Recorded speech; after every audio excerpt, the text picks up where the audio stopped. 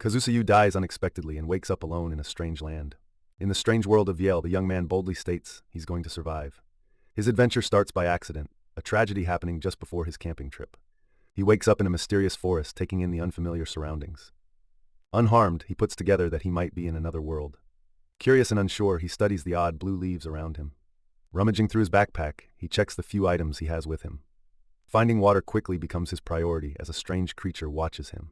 Watching the unfamiliar wildlife, he notes how the climate feels like Japan's.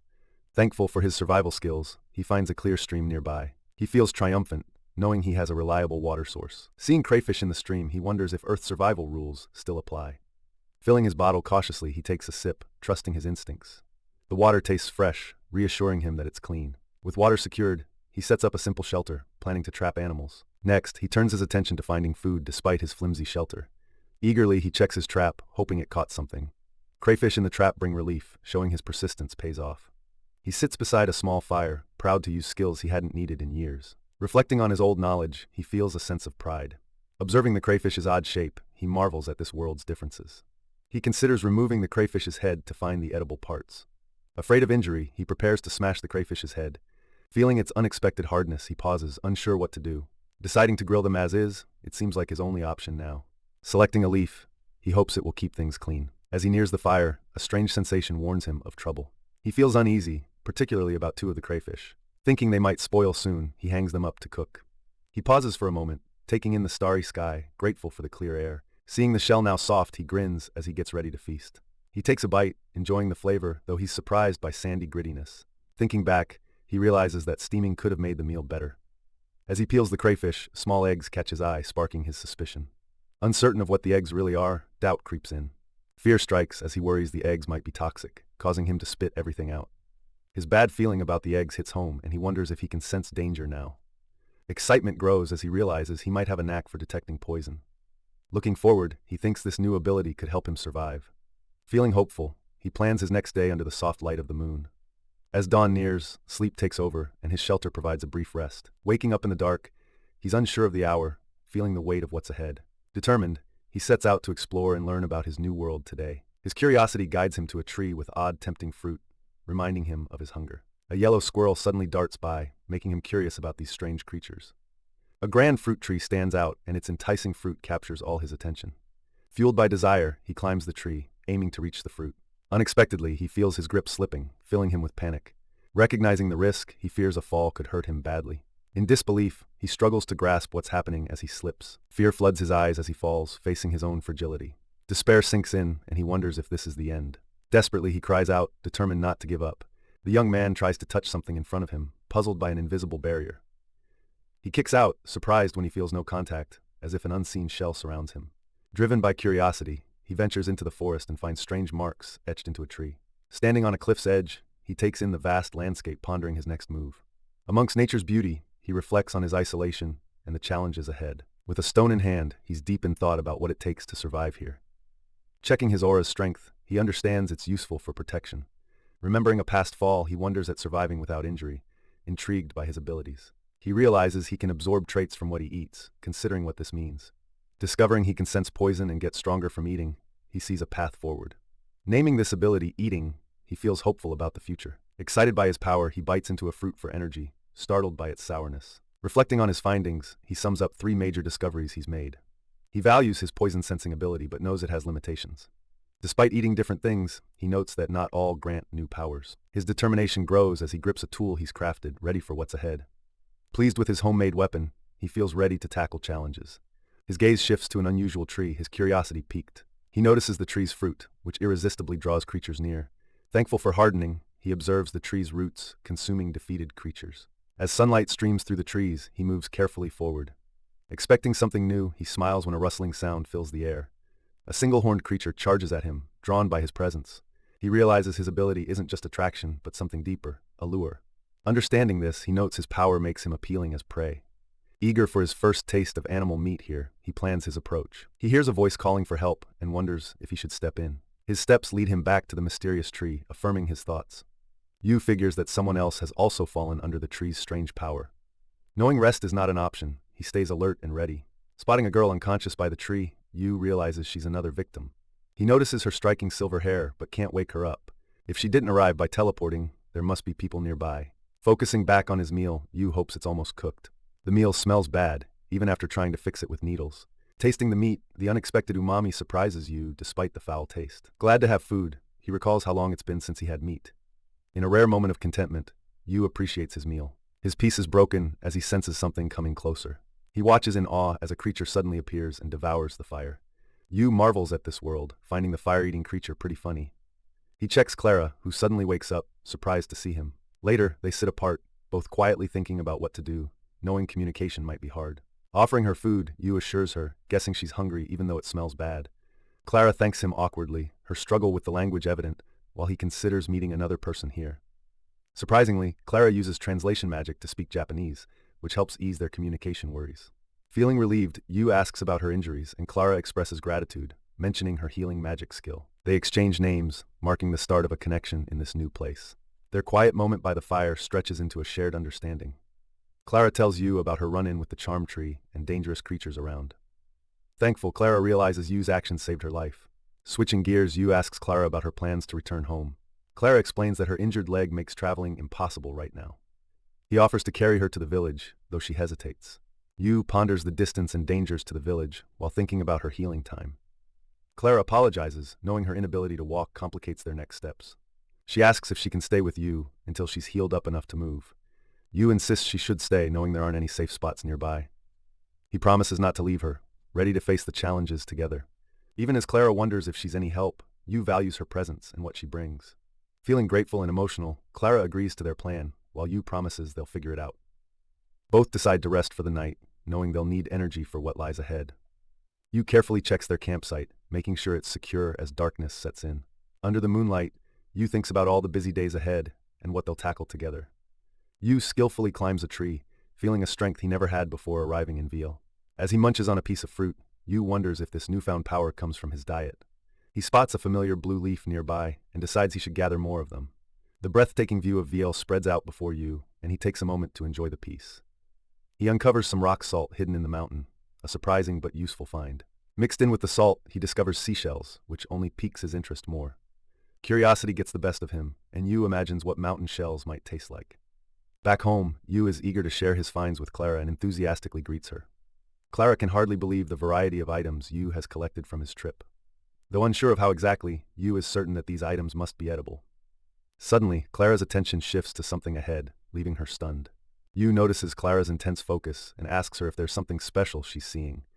He shares how the blue leaves taste sweet and sour, sparking Clara's interest. Clara reveals that these leaves are actually mana herbs, which are precious here. Yuu learns that these mana herbs are highly valued and great for trade. Clara explains how the herbs enhance magic power, making them vital to mages. Yuu suggests Clara try eating the herbs to boost her magic energy. Clara hesitates, but with Yuu's encouragement, she agrees to try them. She savors the sweet taste of the herb, thoroughly enjoying it. Magic power surges through Clara as she feels herself becoming stronger. With a shy approach, Clara has a question on her mind for Yuu. Yuu, with a smile, teases her to save some excitement for dessert. Clara lights up, excited at the thought of trying more delicious things. Yuu decides to start with a salt roll, noting that they can't be stored for too long. Clara mentions that salt rolls are a favorite treat among hunters here. While discussing cooking tips, Clara warns him about possible poisonings. Yuu introduces the idea of using garum as a popular seasoning choice. With excitement, Yuu exclaims that he finally understands how to prepare the seasoned dish. Yuu gathers ingredients, carefully preparing their meal over a fire. As steam rises, Yuu enjoys the earthy smell like boiling mushrooms. The soup gently simmers, steam curling up warmly. Satisfied with the result, Yuu notes it's done. With care, he lifts the lid, unveiling their dinner. The mountain-clear soup gleams, looking so inviting. Clara gazes at its beauty, eager to taste it. Seated together, they express their thanks and start eating.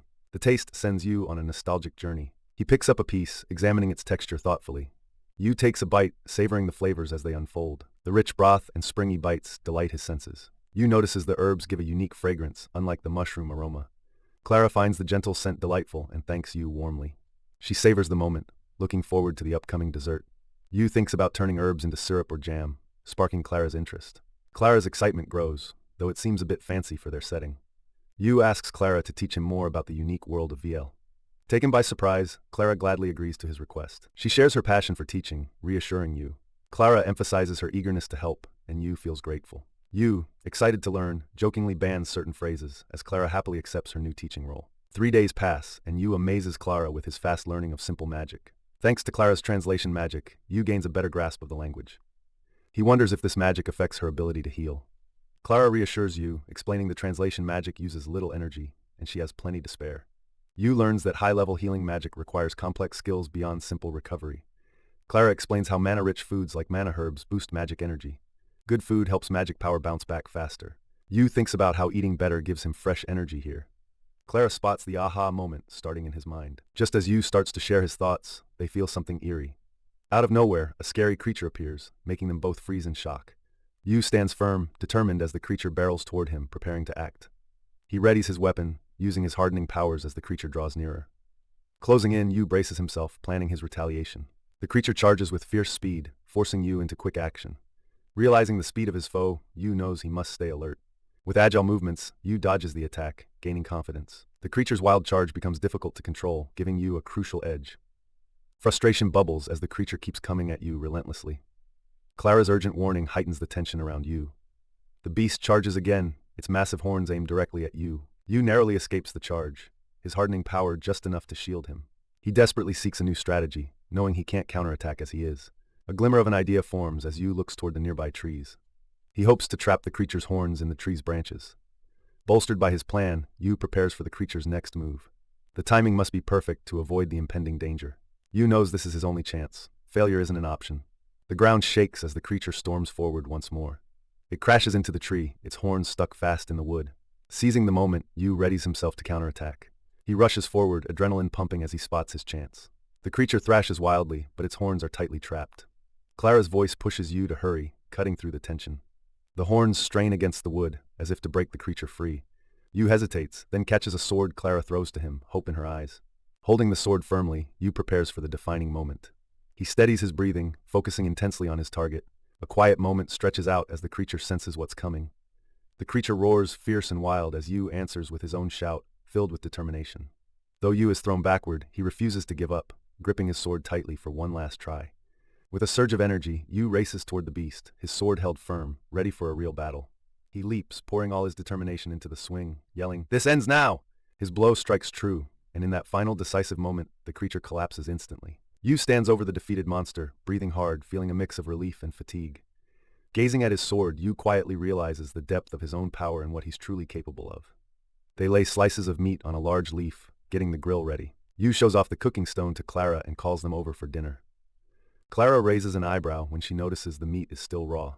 Yuu grins, explaining it's for grilling right over the fire, together. He recalls wrestling with a deer earlier, feeling thankful for his skills. Nearby, a girl who helped him before is still unconscious and worrying them. Yuu and Clara are anxious, knowing it's critical she wakes up soon. They decide to cook anyway, hoping the savory smell might revive her. Anticipation grows as they wait for the meat to cook. Clara takes the first bite, a satisfied grin spreading across her face. They share a look of delight at the unexpectedly rich flavor. The melting fat adds such a smooth texture, making each mouthful rewarding. It's like the land's bounty is packed into every bite. They agree, this is the best meat they've ever tasted. Clara quickly suggests they keep digging in, since there's plenty more. Yuu nods with enthusiasm, ready for another taste. He thinks about how the thigh cut is his favorite, full of flavor. Clara watches closely, eager for more meat to be ready soon. The sirloin tops even the thigh, bursting with savory goodness. Yuu can't help but wonder about how amazing wild meat can be. He thinks this wild find beats even the best farm-bred cattle. Pausing, he rests his chin on his hand, lost in thought. Clara asks why he's stopped, curious about the next move. Yuu admits there's something baffling about the meat's taste. He usually finds tougher meat from strong animals. Together, they wonder why that's not happening now. Clara suddenly realizes it must be the animal's magic power. The stronger their magic, the tastier the meat becomes. Yuu nods at Clara's explanation, amazed by the way magic affects the world around them. Nearby, the unconscious girl starts to stir, the meal's wonderful aroma pulling her back to consciousness. Clara wakes up confused but can't resist the delicious smell, asking if she can share the meal. Feeling her stomach growl, she blushes a bit but admits how hungry she is. Thanking Yuu for his kindness, she acknowledges their help in a recent battle. As Clara digs into the food, Yuu smiles and invites her to tell them her name. Satisfied after a few bites, she expresses surprise at finding such delicious food in the wild. Yuu shrugs off her praise, saying it's just some basic seasoning that did the trick. Clara insists he should be proud, noting how well he cooked the meat. Katya joins in, agreeing that there's nothing quite like grilling different meats to perfection. Finally, she decides to introduce herself properly as Katya Firo, a temple knight. She shares her duties as a temple knight, educating her new friends. Yu admits he's not familiar with temple knights since he's an outsider in this world. Katya, feeling friendly, urges Yu to ask whatever questions he has. She reveals she's 19, which surprises Yu since she seems so composed. Thankful for their rescue, she explains her mission in the mountains. Katya tells them about the strange sightings she's been sent to investigate. Yu and Clara, intrigued, ask her what exactly has been spotted around here. Katya mentions a dragon, emphasizing how crucial it is to confirm its presence. The idea of a dragon nearby sets Yu thinking about what that could mean. Clara imagines the chaos a dragon sighting would cause among the knights. Katya stresses that it's her job to figure out the true threat level and keep order. Close to starvation before, Katya recounts her tough time surviving in the mountains. Yu, wanting to help, suggests Katya might stay with them for the time being. Katya hesitates at first, not wanting to be a burden on the group. Yu reassures her, explaining how her skills would really benefit them all. Quietly, Katya thinks over what it means to have someone strong to fight alongside. As she ponders, she watches Yu handle a nearby monster with ease, impressed by his strength. Yu reaches out to Katya, hoping she'll join them despite the risks. Katya decides to accept and agrees to be part of the camp. Clara admires Yu's kindness, strengthening their group's bond. Katya and Clara share a glance, building their new friendship. Yu watches their growing friendship, a bit shocked but amused. With a shared smile, Clara and Katya grow even closer. They notice the dragon's shadow cross the moon, hinting at danger. Together and united, the team readies for what's next. Yu lights up when someone mentions the sea, loving everything about its creatures. Looking out over the ocean, Yu feels lucky to share the view with Clara since it's rare in VL. He can't wait to dive in and suggests they catch some fish right away so they don't waste time. In the shallows, fish swim around without a care, making it easy for Yu to plan a quick catch. Just as he's getting ready, Yu is caught off guard by an unexpected distraction. Katya bursts onto the scene looking focused and ready to jump in, surprising Yu. Her enthusiasm pumps everyone up, raising the energy in the group. Watching Katya, Yu wonders if this bold attitude is normal in VL or something special. As he dives in, the underwater world is stunningly clear, and Yu is amazed by its beauty.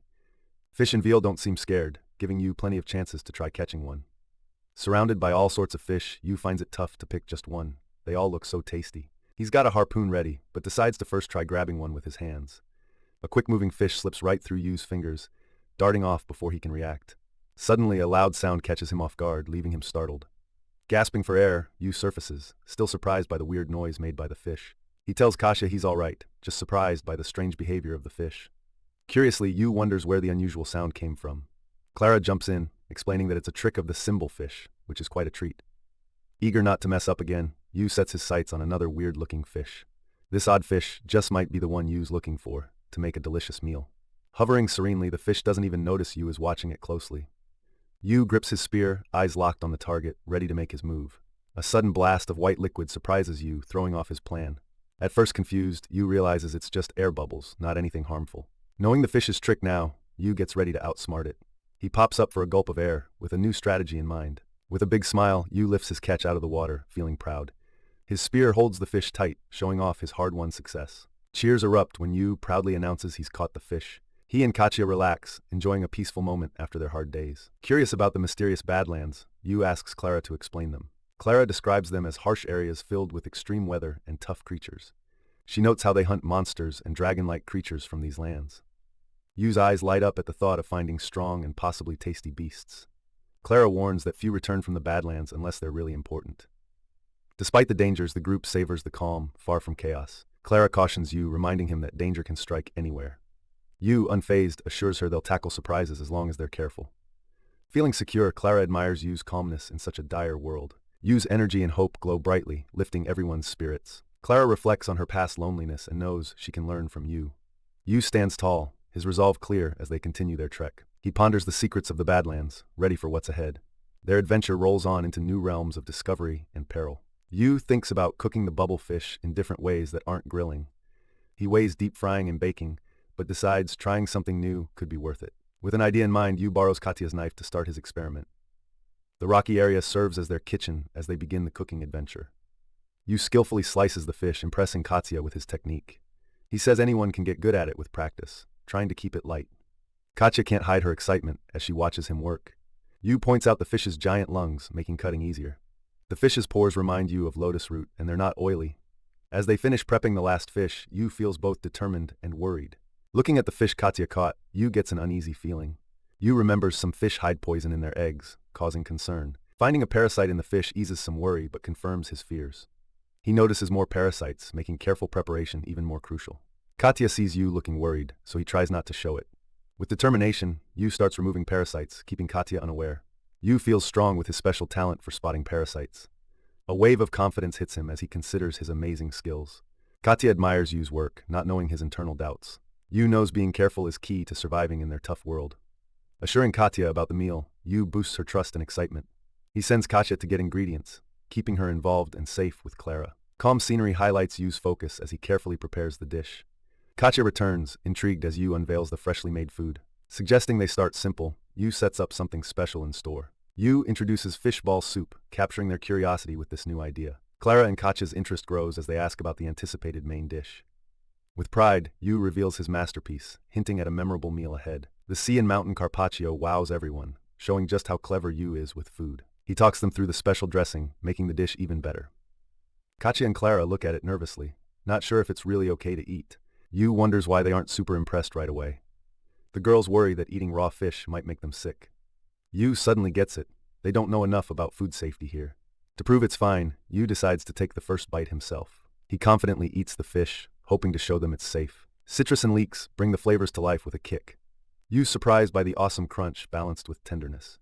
Pleased with his creation, he calls it delicious, catching their interest. Clara and Katya, motivated by Yuu's enjoyment, decide to try it. They lean in closer, their curiosity sparked by Yuu's bold move. Katya, surprised by the taste, finds it delightful and encourages Clara. The mix of citrus and fish leaves Clara amazed by how well it works. Grateful she tried it, Clara decides she'll never miss out again. Feeling full and happy, they all enjoy the success of the meal. Katya, curious, asks Yuu about the nutrients he talked about earlier. Yuu explains that nutrients are sort of like different kinds of mana. Clara understands since mana helps with recovering magic energy. Yuu talks about how nutrients help keep you healthy and heal faster. He shares a story of smart cooking in harsh lands to survive. A disease hits the expedition hard, but one local guide stays healthy.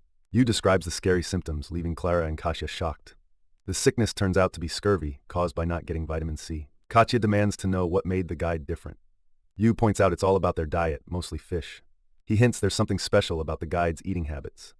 Katya mulls over the guide's unusual eating habits. Suddenly Katya gets a bright idea, a realization lighting up her face. Turns out the guide's secret was eating raw fish to keep the nutrients intact, just as Katya thought. Yuu tells them vitamin C is tricky to keep when cooking, highlighting how careful they need to be. He emphasizes how heat can destroy vitamin C quickly, and Katya listens intently. He mentions the native guide thrived on raw fish, a practice new to the group. Katya and Clara think about how dangerous it is to eat without fresh vitamin C. Realizing its importance, they consider raw fish and citrus as vital sources of nutrients. Katya wonders how they can keep vitamin C while cooking, fueling further questions. Yuu mentions that some vegetables like potatoes help protect vitamin C. Clara asks why the raw fish was safe this time, and Yuu points out freshness is key. Yuu brings up parasites, sharing his knowledge and how cooking kills them. He talks about his skill in spotting parasites, ensuring their sashimi is safe to eat. Katya playfully imagines the risk, picturing an unsettling scene humorously. The thought of bugs makes Katya go pale, catching Yuu's attention. In distress, Katya worries about her stomach being full of bugs. Yuu reassures her that he checked the carpaccio for bugs. Clara chimes in, saying stomach aches aren't always from parasites. Yuu clarifies that invisible spirits, not bugs, might sometimes be to blame. Katya apologizes for getting carried away. Clara and Yuu share a relieved smile, easing the tension. Katya excitedly thinks about trying more raw fish, eager to learn from Yuu. The group looks forward to new tastes and the cooking adventures ahead. Ready for more fun, they all set out on their next big challenge. Yuu feels a surge of new energy inside him, almost like magic waiting to be released. Suddenly, the energy bursts out, catching him by surprise. Covered in a strange foam, Yuu tries to wrap his head around this new power. Katya comes upon Yuu and is shocked to see him like this. Yuu, wrapped in foam, tries to calm Katya, letting her know it's really him. He explains he was just testing out his new foam ability while Katya looks on, bewildered. Switching gears, they turn their attention to the group's plans, noting how quickly Clara is bouncing back. Pleased with Clara's improvement, they decide it's time to return to their camp. Yuu observes Katya's tiredness and checks in with her to see how she's holding up. Sitting by the fire, they confirm Clara's rapid healing, giving credit to the good meals they've shared. Yuu thanks Clara for her help, admitting he couldn't have managed the risks without her. He reflects that without Clara, both he and Katya would have faced even greater dangers. Katya seems a bit lost in thought, drawing Yuu to ask about her well-being. Yuu comments on her pale look, urging Katya to take a break if she's not feeling well. He reminds her that staying healthy is crucial. especially while they're in the mountains. Katya admits she's been slow to speak up, feeling like there's not much to be done. Softly, she reveals the main issue is her lack of sleep. Even though she's exhausted, Katya shares how she keeps waking up frequently, struggling to rest deeply. Yu considers how hard it can be to get good sleep in new surroundings, and thinks over ways to help. They exchange apologies, empathetic to the hurdles they've been tackling. Concerned about adding to Katya's stress, Yu confesses he's unsure how to tackle her insomnia. Katya hesitates, then admits fear of bugs messes with her sleep. Yu surprises her by offering to tackle the bug problem himself. They agree to try a fix after they wrap up their food gathering. Clara volunteers to keep an eye on the camp while they're out gathering. A peaceful forest canopy surrounds them as they venture out on their mission. Yu plans to collect leaves to kick off building a basic shelter. He declares the start of their project with newfound confidence. Yu grips his knife, checking if the leaves will do the trick. He matches each piece, planning for their shelter. Convinced they need lots of ivy, he sets a clear goal. Laden with materials, Yu and Katya return to their base. Clara waves them over, acknowledging Katya's hard work. Impressed, Yu praises Katya for gathering so swiftly. Clara wishes she could help more, searches for a task. With a smile, Yu assigns her a helpful job. They work as a team, splitting leaves with ease. Sitting by the fire, they prep leaves for the shelter. Yu guides Katya on trimming wood just right. With a plan in mind, Yu gears up for the build. Yu presses poles into the ground, forming a sturdy base. He shapes the poles into a dome. The framework begins. Ready to go, Yu and Clara tie leaves along the frame. As the shelter takes shape, Clara beams with pride. Katya joins, impressed by their clever creation. Yu points out the raised bed, perfect for a bug-free sleep. Their shelter stands strong, silhouetted against the setting sun. Inside, Katya and Clara admire their effort, thankful for Yu's creativity. Around the warmth of the fire, Yu explains his survival plan, impressing his friends. Thinking about old wisdom, Yu feels proud of what they built today. Katya thanks Yu deeply, feeling relieved by his support. Clara and Katya both voice their admiration for Yu's leadership. Yu, a bit surprised, senses the weight of their praise. As the day winds down, Yu suggests a meal under the stars, winding down the night together. Yu stands his ground as a giant spiked turtle charges at him, starting the showdown. Determined and focused, he uses his hardening ability to brace for the impact. In a swift move, Yu grabs the creature and lifts it, showing his triumph. Clara walks over, clearly impressed and a bit amused by Yu's display of power. She teases him about how far they're willing to go for a good meal. Yu responds casually, boasting he can handle bigger challenges than this little turtle. They chat about the turtle, known more for being tough to eat than its taste. But Yu argues that with the right cooking, it offers a unique flavor adventure. Eager to take on the challenge, Yu shifts his focus to dinner prep. Katya and Clara laugh, feeling like they're part of a cooking show. Yu reassures them by explaining that, once prepared, the turtle is like any other meat. He starts gathering ingredients, using grass tie wrap to spice up the dish. Identifying the plant's edible parts, he enhances the meal's complexity. Yu picks up a wooden tool, ready to prepare the special wrap. As he mashes it, he comments on its unique smell and taste, similar to umeboshi. Katya and Clara catch the aroma, thinking it's even good for sensitive stomachs. Yu tells them to layer the mash between the turtle meat slices, building excitement. He pulls out a sack of flour, ready to coat all the ingredients. Katya shares why she always keeps flour, saying its versatility has often saved her. Yu completes a batter by mixing water and salt with the flour and turtle eggs. He covers the spiked turtle slices in this prepared batter. Advising Clara and Katya, Yu shares how using flour can be a handy survival tip. With the batter ready, he moves to deep fry the turtle slices in the hot oil. The sound of sizzling oil fills the air, making everyone's mouths water with anticipation. Once the frying's done, Yu presents the spiked turtle tempura with pride. Katya admires the dish, amazed at how elegant it looks despite its fierce origins. With excitement, they prepare to try the dish, expressing their thanks. Clara and Katya dig in, eager to see if Yu's cooking lives up to the hype. Yu tastes the tempura, pleasantly surprised by the texture. The gelatinous inside keeps it juicy, and the fibers provide a good bite. He finds the spiked turtle's textured meat full of rich umami flavor. Clara and Katya are thrilled by the flavor and note there's no weird smell. The refreshing scent fills the air as it cooks, masking the turtle's natural odor. Both girls are delighted at how the feared creature became such a tasty dish. Yu explains he deep-fried it because the texture reminds him of chicken. He thinks karage would make the umami flavor even better. Katya and Clara are curious about this method from Yu's home. Yu describes karage, explaining how marinating and deep-frying adds flavor to every bite. Thinking of soy sauce brings nostalgia, but he's determined to find a similar flavor here. Clara asks if eating the meal gave Yu any new abilities. He imagines having the spiked turtle's hunting skills and wonders how helpful they'd be. Pondering the strength of such powers, he notices no immediate change. Yu recalls how some abilities can show up surprisingly just like before. Thinking back to another meal, he decides to test his current powers. He focuses hard, attempting to summon spikes. His effort doesn't pay off, leaving him a bit annoyed. Under the moonlight, Yu ponders the ease of having multiple abilities. Clara mentions how combining skills could trap animals easily, encouraging him to try. Katya's suggestion about combining abilities sparks a new idea for Yu. Feeling inspired, he considers merging his powers for better results. Yu thanks Clara for her clever thinking, impressed by the idea's potential. Clara's face turns pink with joy, despite feeling a bit bashful. With determination, Yu prepares to try combining his abilities. He takes a deep, hopeful breath as he starts the experiment.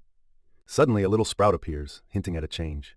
Amazed, Yu considers more tests to see if it's truly working. Yu grabs a leaf, ready to test his skills with curiosity. He tosses the leaf towards the sprout with precise aim. When the leaf lands softly on the sprout, everyone holds their breath.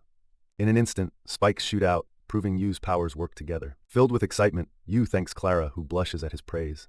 Their joy is cut short by a roar, leaving them tense and alert. Yu, still shaken, checks that they're safe, while Clara wonders how long they can really hide. Katya points out how the dragon keeps coming back, making the mountain dangerous as its territory.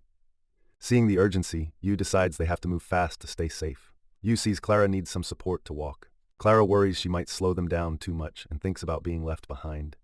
Katya doesn't even consider leaving Clara, showing just how strong their friendship is. Clara is stunned for a moment, touched by their loyalty. She argues that helping her could put them all in danger. A tense silence follows, making her words hang heavy in the air. Clara insists that if she stays, they're all risking their lives, asking them to rethink. Yu asks for quiet while Katya calmly reassures Clara. Clara listens closely as Katya talks about how important their friendship is. Yu says managing with a hurt friend is worth it. Feeling vulnerable, Clara shares her fears of being a burden. Katya reminds Clara of all the good she's brought into their lives. Yu mentions there's no easy path, highlighting their shared struggle. He pauses, searching for the right way to put it. Clara, feeling their support keenly now, realizes they need her too. Overwhelmed, Clara thinks about the resolve they all share. With tears, Clara embraces their determination, calling Yu a goof with affection. They contemplate how hard the dragon fight might be without more help. Yu suggests finding a high spot so they can plan a safe path back to the village. Together, they decide to start their trek first thing in the morning. Dawn arrives, bringing a fresh determination, even if they are tired. They talk about the fear of sleeping in strange places, a feeling hard to shake. Katya admits she didn't sleep much, her worry still strong. Yu reflects on the huge task of facing down a dragon. He starts to wonder if they were too hopeful before. The thought of facing a dragon shakes them all, making their journey feel all too real. Yu admits he's really tired, opening up to Clara and Katya in a rare moment of honesty. Katya quickly moves to help Clara, while Yu gives their gear one last check. Yu can't help but think their plans are ambitious, but they're also the only way forward. He sees his supplies are much the same as when he first arrived, yet they hold new meaning. Things from Earth now feel like treasures, providing unexpected help. Yu debates leaving his homemade heavy tools behind, efficiency over nostalgia. With a hopeful heart, he wishes the spear stays put during the days ahead. Clara joins back with Yu, supported by Katya, ready to face what's next. She tells them she's all right, a reminder of their teamwork and trust. Fueled by determination, they venture into the unknown together once more. A calm moment settles over the camp while everyone talks about the comforts of home. Yu, upbeat and full of energy, chats with Katya about how nice a familiar bed would be. Their eyes drift to the sky, enjoying a brief break from their worries. As they travel, Katya helps Clara along and Yu feels grateful for the team's support. From a higher spot, Yu takes in the breathtaking view of the landscape. He suggests they take a moment for a meal, aiming to relax and enjoy the scenery. Yu talks about choosing fruits for their hydrating benefits. Clara wonders if they'll find water ahead, uncertainty clouding her mind. While enjoying their meal, the group discusses the next steps in their journey. Clara confidently points out the path leading to the nearby village. Yu begins to imagine what reaching a village might be like, curiosity buzzing within him. His mind fills with questions about village life, especially the food and culture. Clara chuckles, teasing Yu about his always-present love for food. He thinks about how his love for food brings joy to their journey, feeling thankful. Katya encourages Yu, saying he should share his cooking skills with the villagers. Yu, appreciating their support, promises to cook up a feast. Sensing urgency, he urges them to keep moving forward. Out of nowhere, a dragon appears above, stopping the group in their tracks. Yu and Clara exchange looks of shock, both aware of the immediate threat. Katya, standing face to face with the dragon, prepares herself for what's next. She decides not to back down, declaring they'll face the dragon together. Yu agrees, knowing that running isn't an option. They have to stand their ground. Katya wonders aloud if Yu truly understands what they're up against. Yu insists they'll fight as long as there's a chance, no matter how slim. The phrase, without a doubt, plays in Yu's mind, growing more important. An unspoken understanding fills the air as both are ready to fight. Clara supports them while the dragon lets out a fierce roar.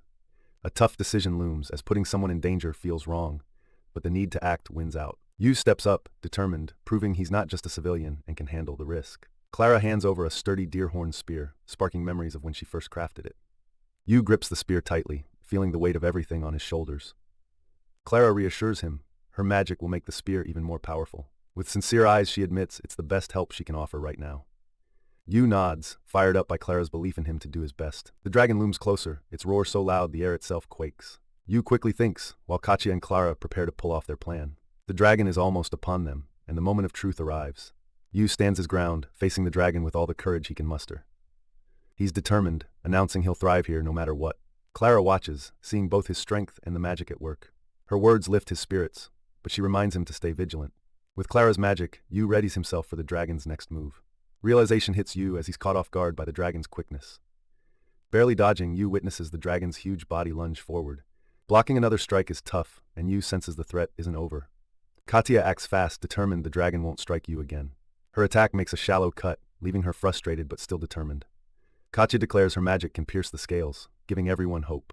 Realizing they can wound the dragon strengthens everyone's resolve to finish the battle. Yuu observes the dragon's red blood, lightening the moment in the heat of battle. Clara rallies the team, eager to keep pushing forward with their effort. United and hopeful, everyone charges at the dragon for a final stand. Katya faces the beast, unfazed by its howl, ready to strike back. Yuu sets the trap, aiming to catch the dragon with perfect precision. He rushes ahead, drawing the dragon's focus as the plan unfolds flawlessly.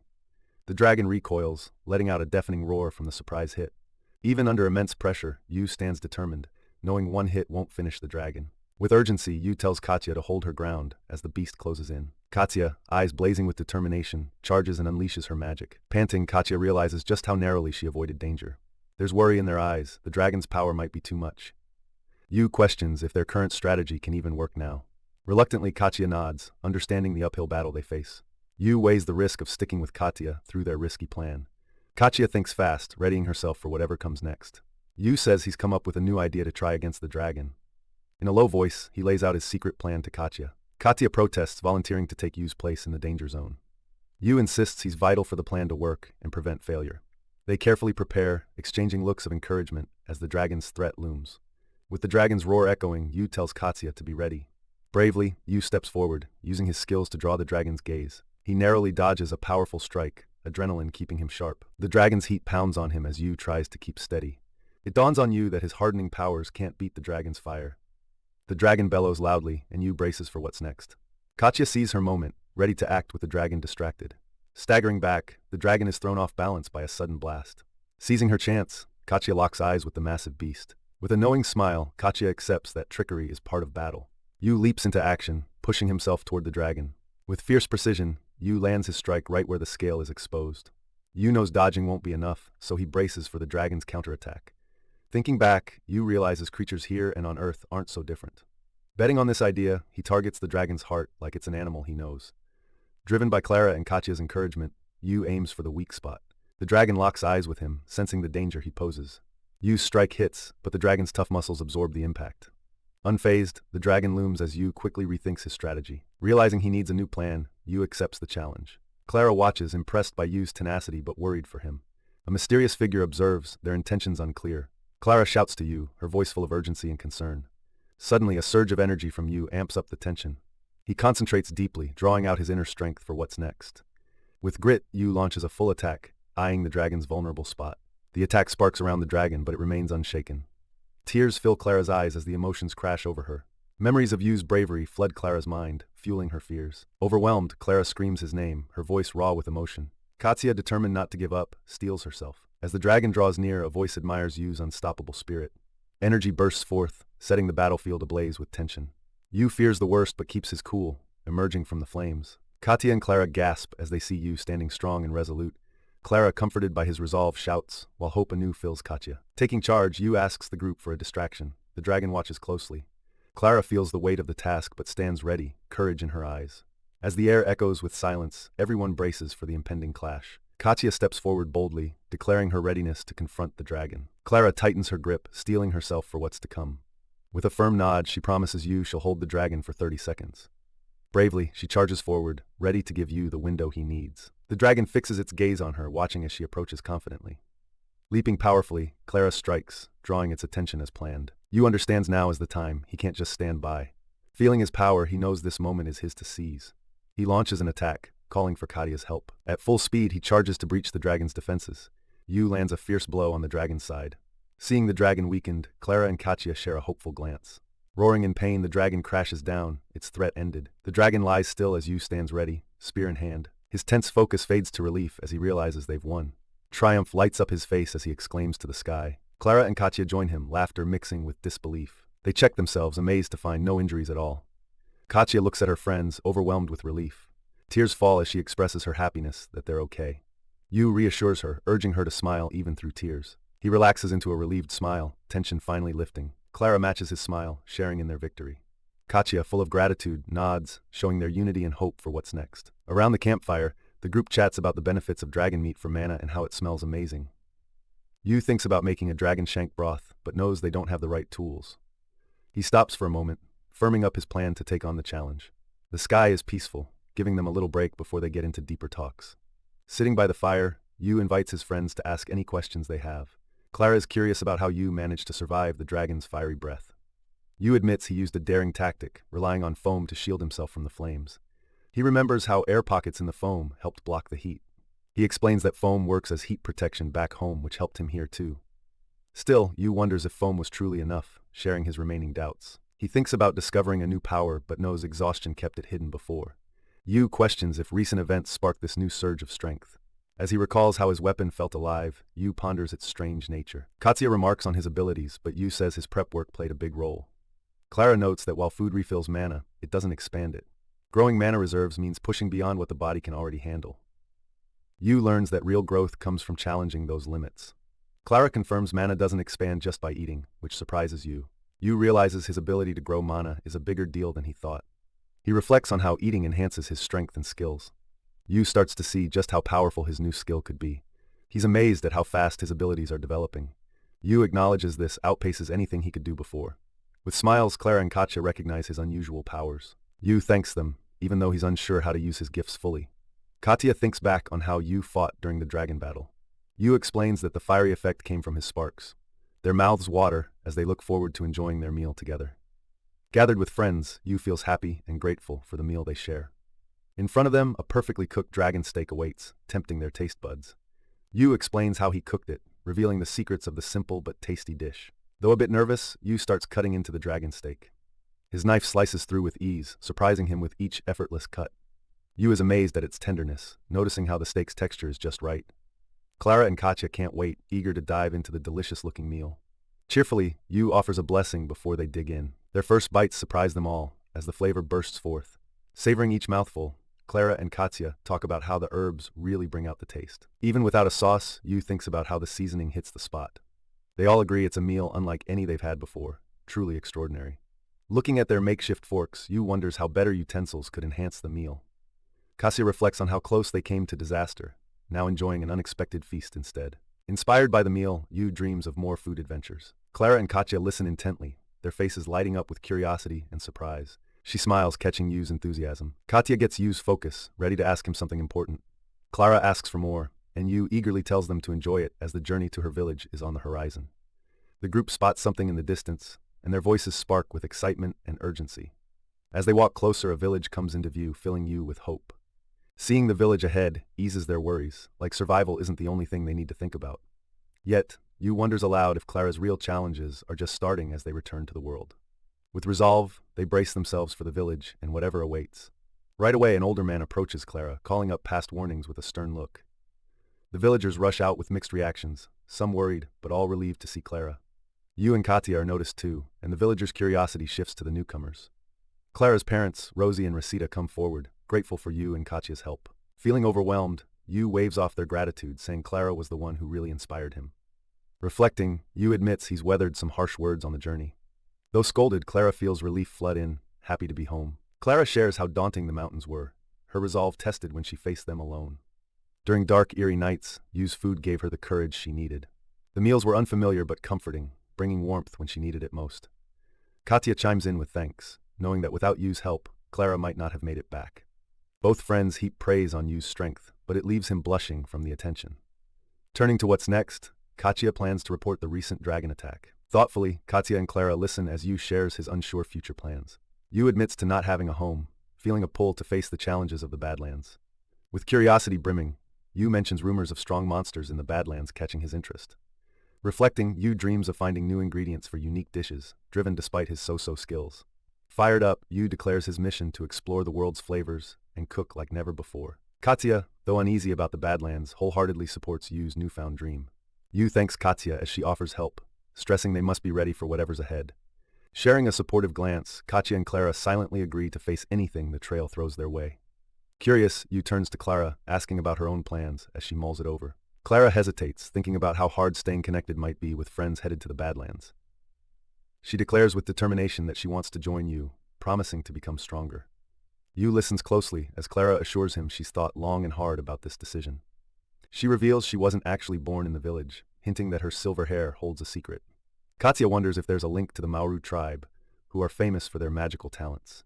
Clara connects her unique hair and her healing skills to the tribe's magic heritage. Learning about the Mauru tribe known for healing magic catches Yu off guard. A king's mission caused the tribe's fall, but some, Clara believes, might have survived. Remembering her Badlands childhood, Clara feels torn between her past and the future. She dreams of finding belonging somewhere new, eager to explore beyond what she knows. With her heart set on adventure, Clara wants to discover herself alongside Yu. Driven to explore, she pleads sincerely with Yu for the chance to join him. Clara opens up about her origins to Yu, unsure if she should tell her adoptive family just yet. Considering the risks, Yu agrees to let Clara come if she gets her family's blessing. Overjoyed, Clara hugs Yu tightly, grateful for the opportunity. Katya acknowledges their decision, welcoming the new path ahead for Yu and Clara. Clara smiles brightly while Katya admits she gave a little push to make it happen. Yu tells Clara to rest and talk things over with her parents before they set out. Katya mentions she'll head to Moiris early to get things ready when they arrive. The group stands together, firm in their readiness for the adventure to come. They affirm their promise with a collective fist bump of solidarity. The trio exchanges a confident look, feeling strengthened by their unity. Beneath a star-filled sky, they begin their journey to Moiris and further adventures. Up in the mountain temple, Yu and his friends talk over their next big challenge, feeling tighter as a team. They make their way to Moiris, a vast town by the sea, full of new places to explore. Amazed by Moiris' size, Yu feels excitement bubbling up alongside a dash of curiosity. He can't help but admire the town's stone buildings, a world apart from what he's used to. Yu thinks about checking out the local food, but Clara reminds him there's something more important at hand. With money on their minds, Yu figures selling their stash of dragon items might do the trick. They start guessing how much dragon claws might be worth, not quite sure of the answer. Yu stays optimistic, thinking they just need to find the right buyer for these rare goods. However, a shopkeeper looks downcast as he explains he can't deal with such extraordinary items.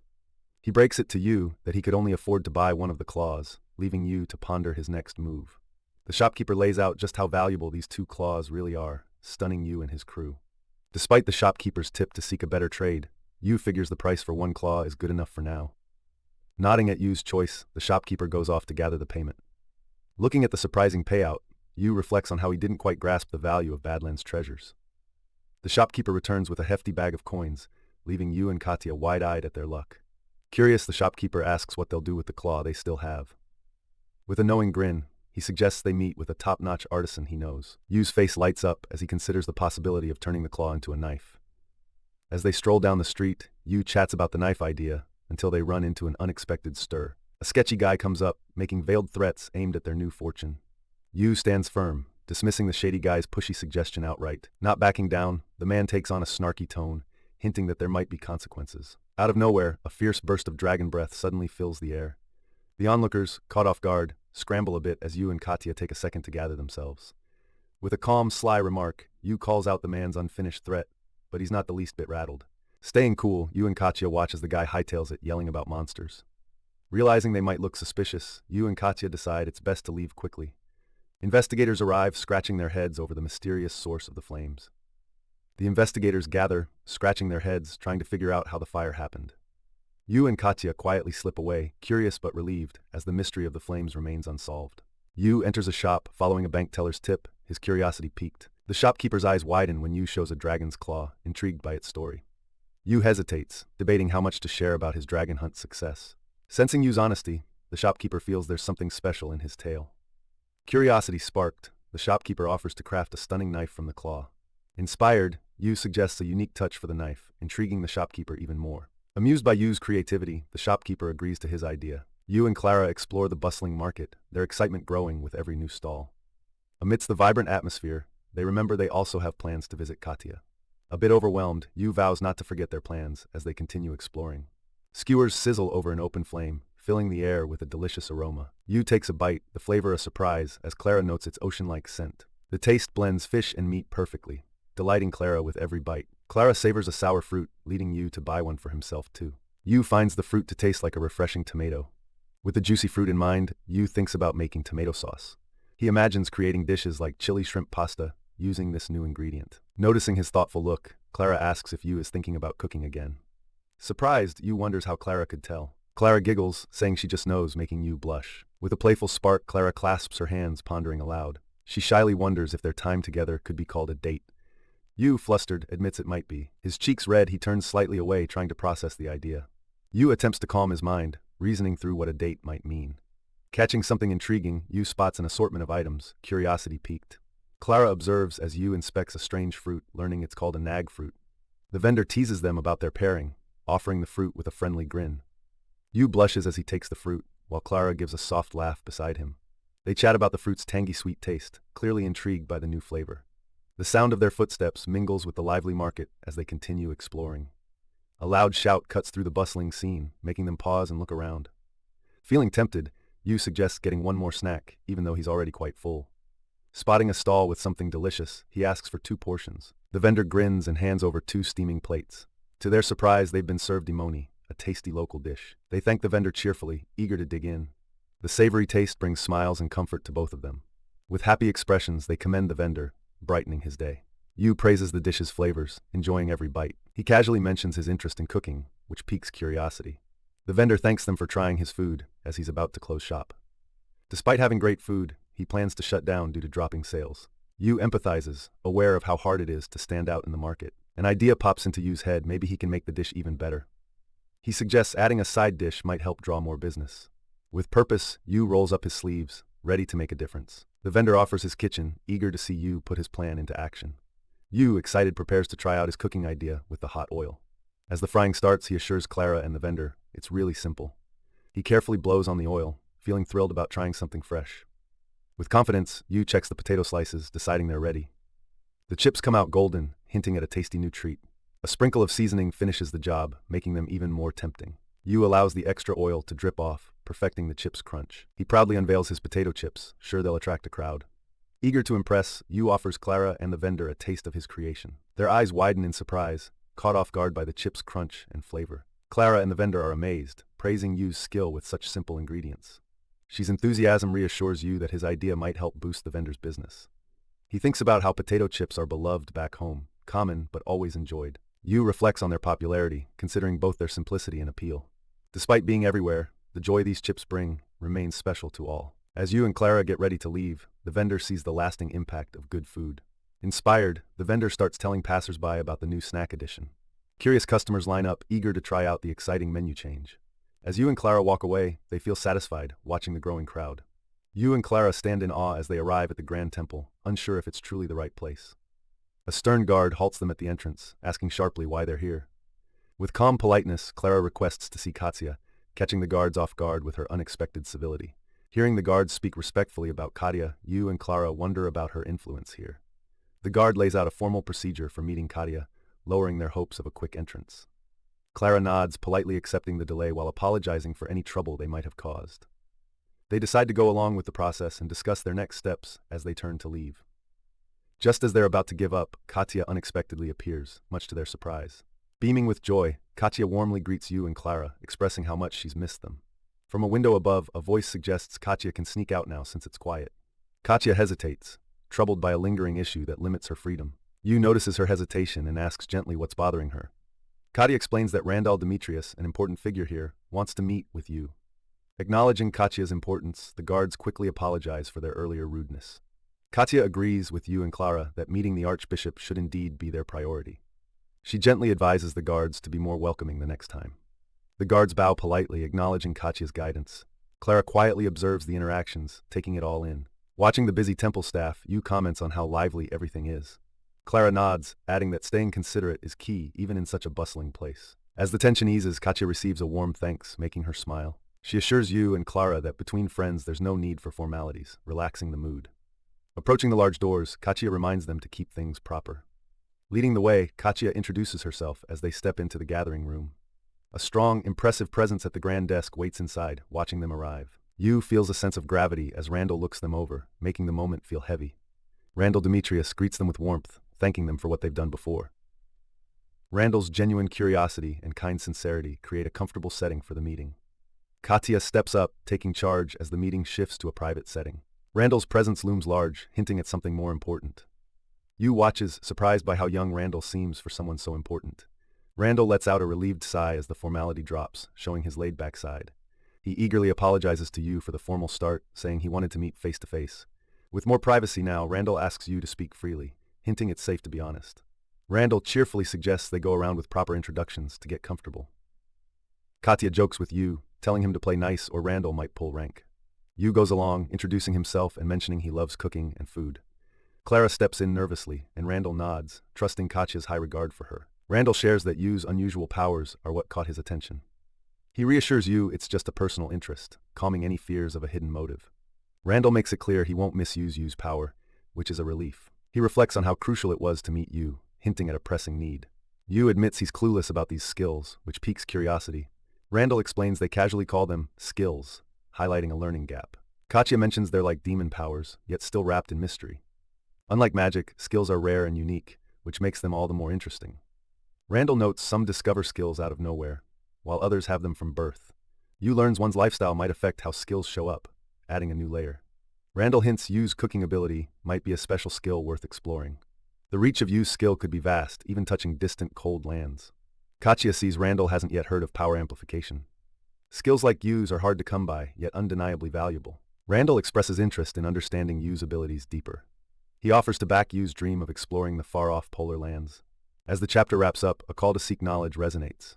Understanding becomes clearly important as new paths open. The group's anticipation builds as they arrive at the temple, eyes fixed on the grand doors.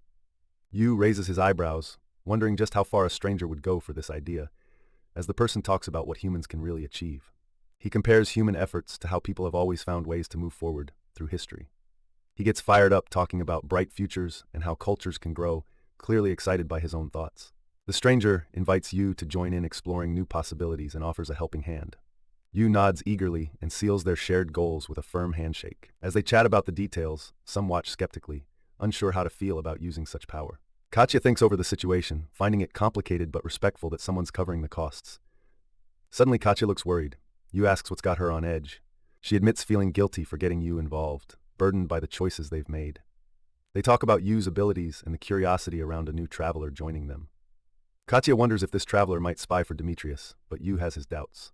They mull over their new ally's reputation, known for opposing evil and helping those in need. Even with questions hanging, the idea of Demetrius being a Taoist isn't yet confirmed.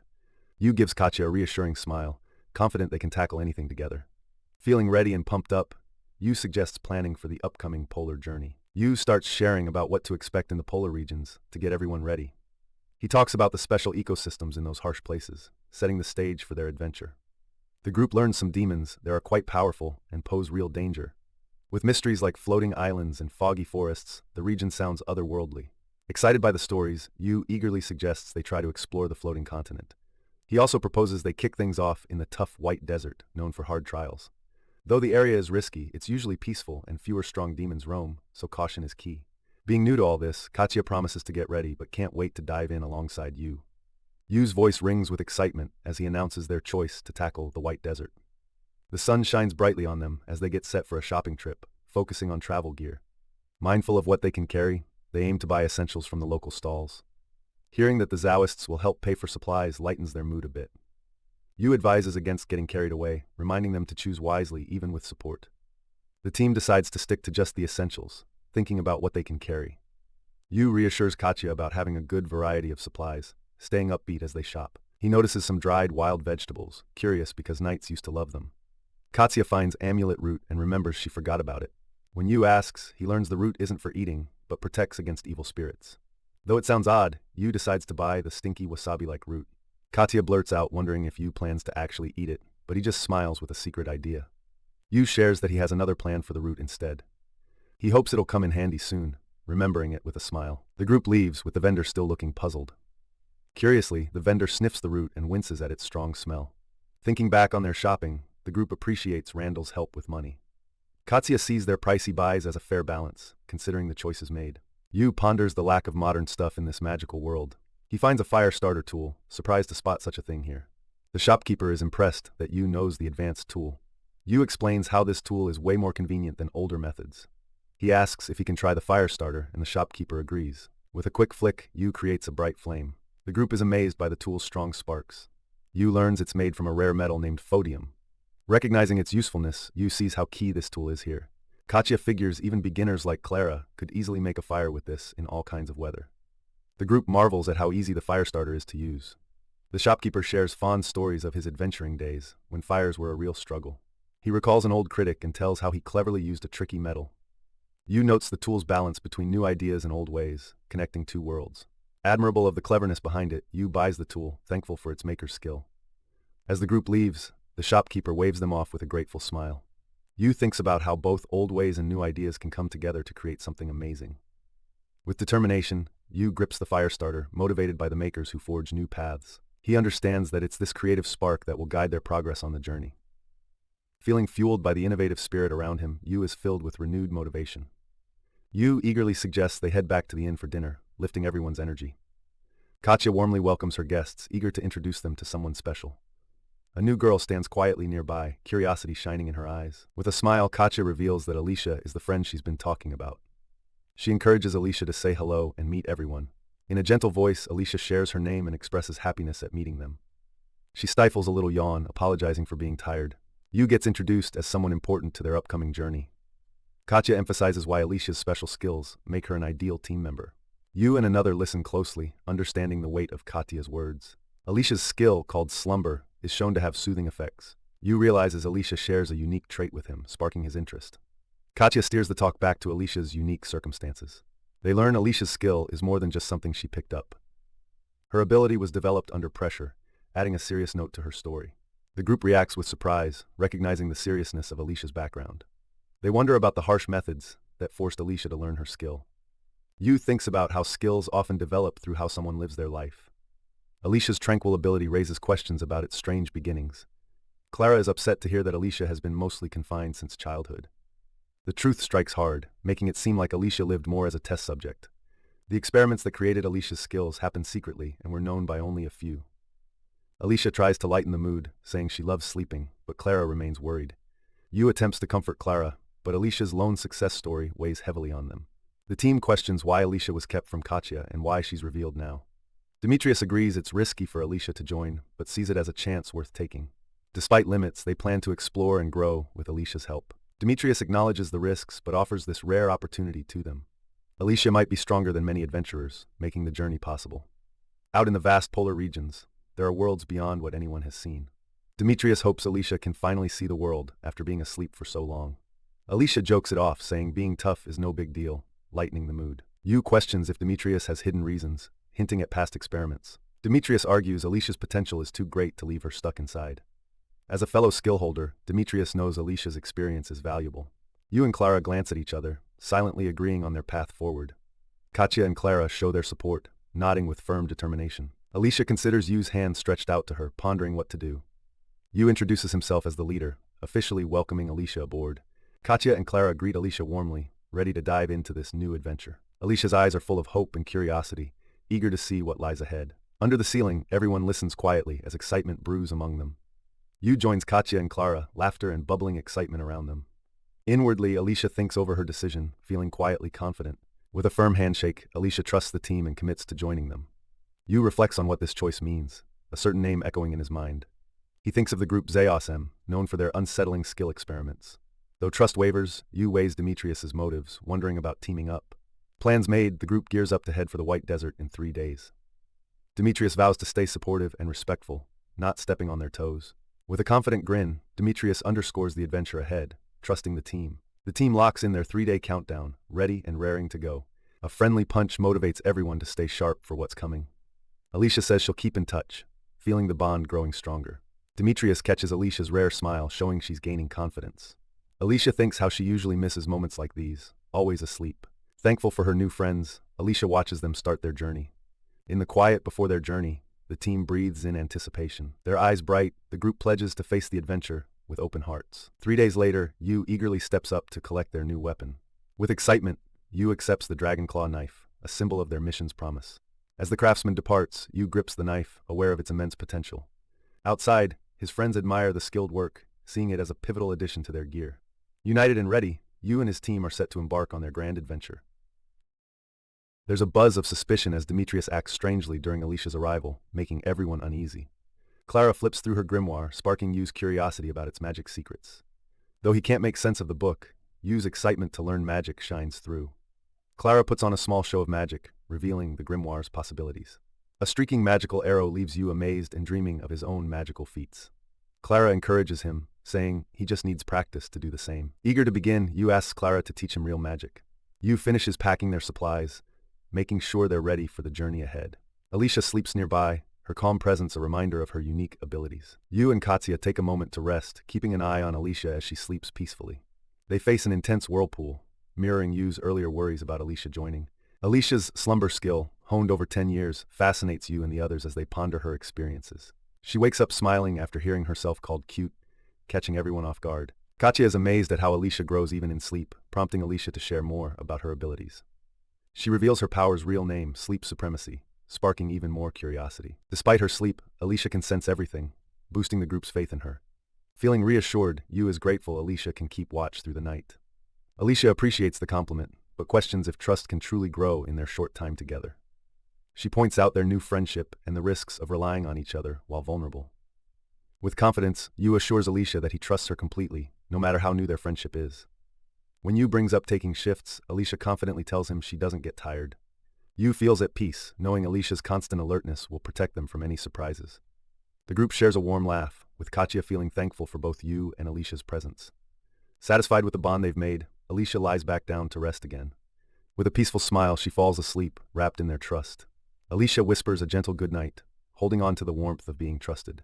Yu looks up, fascinated by the ice magic forming sparkling crystals in the sky. Alicia takes in the beautiful yet dangerous magic landscape around them. Yu is impressed by his magical clothes, amazed at how effortlessly they keep him warm. The group notices the bustling activity in the polar circle, surprised by the number of travelers. Nearby accommodations are spotted, perfect for storing supplies before they venture further.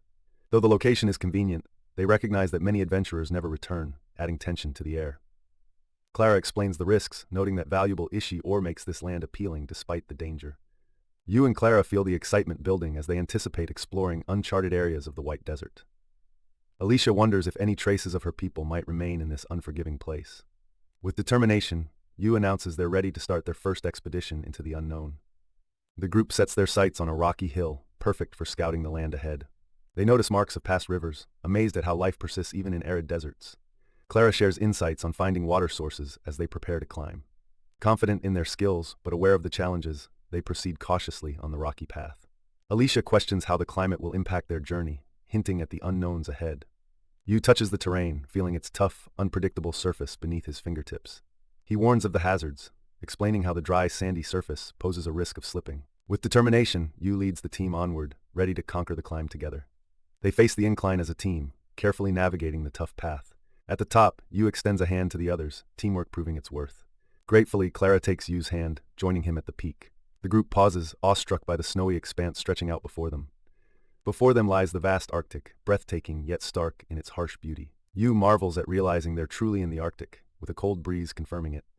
They ponder how past waters shaped the land, wondering about the power of time. Clara quietly mentions her thirst, a gentle reminder of the terrain's hidden challenges. Yu acknowledges the dry air's effect, seeing their need for constant hydration. Emphasizing the importance of staying hydrated, Yu and the team agree wholeheartedly. The team sips their limited water sparingly, while Yu plans to find a water source to replenish their supplies. Alicia considers the situation, noting how the endless whiteness is all light without any real snow. Yu chuckles at the thought, pointing out how the light and snow are barely different here. He lays out their plan to melt snow carefully for drinking water, given the conditions. With a story from the past, Yu warns them about the tricky rock wall, sparking laughter among the group. Clara, a bit amused, guesses where Yu's tale is heading, telling him to pause the scary story.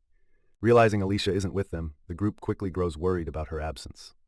Alicia stands solo on a rocky outcrop, lost in her thoughts, seemingly oblivious to their concern. She looks out at the rugged, vast landscape, feeling the size of the world around her. Softly acknowledging how grand the world is, Alicia murmurs about her sudden realization. She contrasts this open world with her past, feeling the freedom against her old stone prison. A voice from the past talks of world exploration, stirring Alicia's desire for her own journey. Hearing you call her, Alicia decides it's time to return to the group, ready to proceed. As she moves, the ground suddenly gives way beneath her, catching her by surprise. Reacting fast, Yu leaps to safeguard Alicia as she loses her balance. Alicia dangles dangerously from the edge, desperately trying to hold on. Yu reaches out, urging Alicia not to let go and to grab his hand tightly. The two fall back onto solid ground, feeling relief wash over them as they catch their breath. Alicia, a bit shy after the ordeal, awkwardly speaks to Yu about what happened. Yu smiles, reassuring her with a friendly reminder to be more careful next time. Clara hurries over, offering to heal Alicia if she got hurt during the fall. Alicia gazes at her hand in surprise, seeing it perfectly fine without a scratch. She takes a moment to appreciate the miraculous healing before her eyes. Clara reassures Alicia with confidence, highlighting how skilled she is in healing magic. Alicia begins to show her thanks, but Clara lightly brushes off the subject with a grin. Thinking back on what happened, Alicia's gaze lingers on Yu, reflecting silently. Finally, she voices her gratitude to Yu, expressing how thankful she is for his quick help. Yu modestly downplays the event, relieved they're all okay as they gear up for what's next. The group stands by the water, thinking about where to settle for the night. They spot something dangerous upstream, worrying it could cause a flash flood. Worried about flooding, they decide to stay on high ground just to be safe. Alicia realizes how big this choice is for everyone's safety and takes it seriously. With a quiet determination, they look around, thinking of their next steps. Yu offers to gather food, and Clara insists on coming with him. The path ahead seems endless, promising a real adventure. Yu spots something interesting far ahead, stirring his curiosity. They lean in for a closer look, trying to figure out if it's prey or a problem. Careful on the rocks, Yu and Clara get ready to see what's there. Debating their approach, Yu and Clara consider using magic or stealth. Realizing time is short, Yu decides to handle it and tells Alicia to stay back. He rushes in, bracing for the creatures to scatter, and sets up a spell. As they dash away, Yu quickly thinks about how to catch up. Clara's eyes widen as the creatures suddenly charge in Yu's direction. Yu stays sharp, watching their every move as they close in. With creatures zooming past, Yu tries to predict their next move. He hunkers down, readying himself to strike when the moment is right. Seeing their focus on him, Yu plans to lure them into a decisive blow. Seizing a chance, Yu launches his attack toward the nimble creatures. Out of the corner of his eye, Yu spots a larger creature trying to bolt. Annoyed by its speed, Yu doubles down on finding a new tactic. The big creature slips away, leaving Yu momentarily stuck. He briefly worries it might be a trap, but brushes off the thought. From afar, Clara shouts that the window to act is closing fast. Suddenly, the creature crumples, and a huge wave of relief washes over them. Clara shares how her slumber magic works, explaining its limits. She thanks Yu for creating the perfect chance for her spell to work. Clara notices how the creature overreacts and asks Yu what he intends to do. Yu admits he left something out and reflects on how impressive the moment turned out. Clara thinks about all the research they could have done, but decides this new info is enough. Yu suddenly changes the topic, driven by a nagging question in his thoughts. He pauses, considering his next step, while this silent question lingers. His unusual ways leave Clara pondering if she should step in or let him be. With evening approaching, the tranquil scenery pulls them back to their camp. After they finish their tasks, Yu is both happy and surprised as they start cooking. Katya listens fondly while Yu explains how he learned to make the dish. They examine the creature's flexible bones, wondering what else they could do with them. Clara jokes about using bones, and everyone shares a laugh at the idea. Enhancing the taste, Yu adds spices, showcasing his unique cooking approach. He excitedly describes making ohao, inspired by manga, with meat and vegetables. With everything prepared, Yu announces they're ready to start cooking the stew. Katya is thrilled as Yu finally puts his cooking plan into motion. Yu hints at a surprise and lights a fire with an unusual tool. Clara is amazed by the tool, and Katya compliments Yu's creative thinking. Yu shrugs off their praise modestly, happy to keep things simple. As the stew nears completion, Yu asks if anyone wants to add more ingredients. The group settles at camp, eager for the meal to finish cooking. Grinning broadly, Yu says the meal is ready and invites everyone to dig in. Excitement bubbles up as they continue their adventure in this new land. A peaceful calm settles over the camp, filling everyone with contentment. Gentle snowflakes float down, adding a magical touch to the evening. Yu serves the dish proudly, explaining it's an ohao with chitatapu. Curious, Keitcha asks why he included bones when there's already so much meat. She wonders if they need bones at all with all that meat. Clara takes a cautious bite, unsure about the texture but willing to try. She is surprised by the chewy texture and finds herself unexpectedly enthusiastic. The rich flavors bring smiles as Katya and others savor the taste together. Yu enjoys the warmth of the meal, feeling satisfied with his creation. As they call for more helpings, the group's spirits soar in camaraderie. The group praises Yu's cooking, with one admitting they didn't expect it to be so delicious.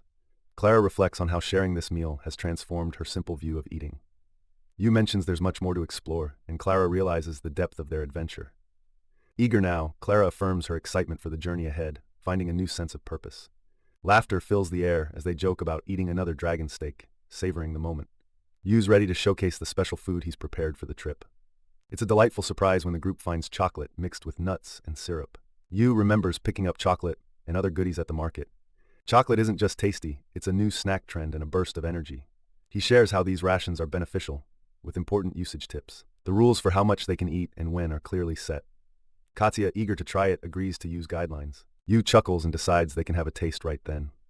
Excitement fills the air as everyone enjoys the sweet treat. Although sweet, Yu highlights the chocolate's energy boost for them. Savoring it, they balance the joy of eating with concern for staying practical. Yu reassures Katya, journeying ahead will burn off the treats. He reminds everyone that the chocolate is for emergencies, not just any time. Clara sees how sharing this idea with knights could be really useful. Their creativity keeps sparking new and clever ideas. Imagining a bright future, Katya is inspired by their practical solutions. Filled with energy, they head off, intent on what lies ahead. But their carefree moment freezes when Yu notices something off. A stir in the sand grows, hinting at a looming threat. The sand's restless now, prompting them to prepare for danger.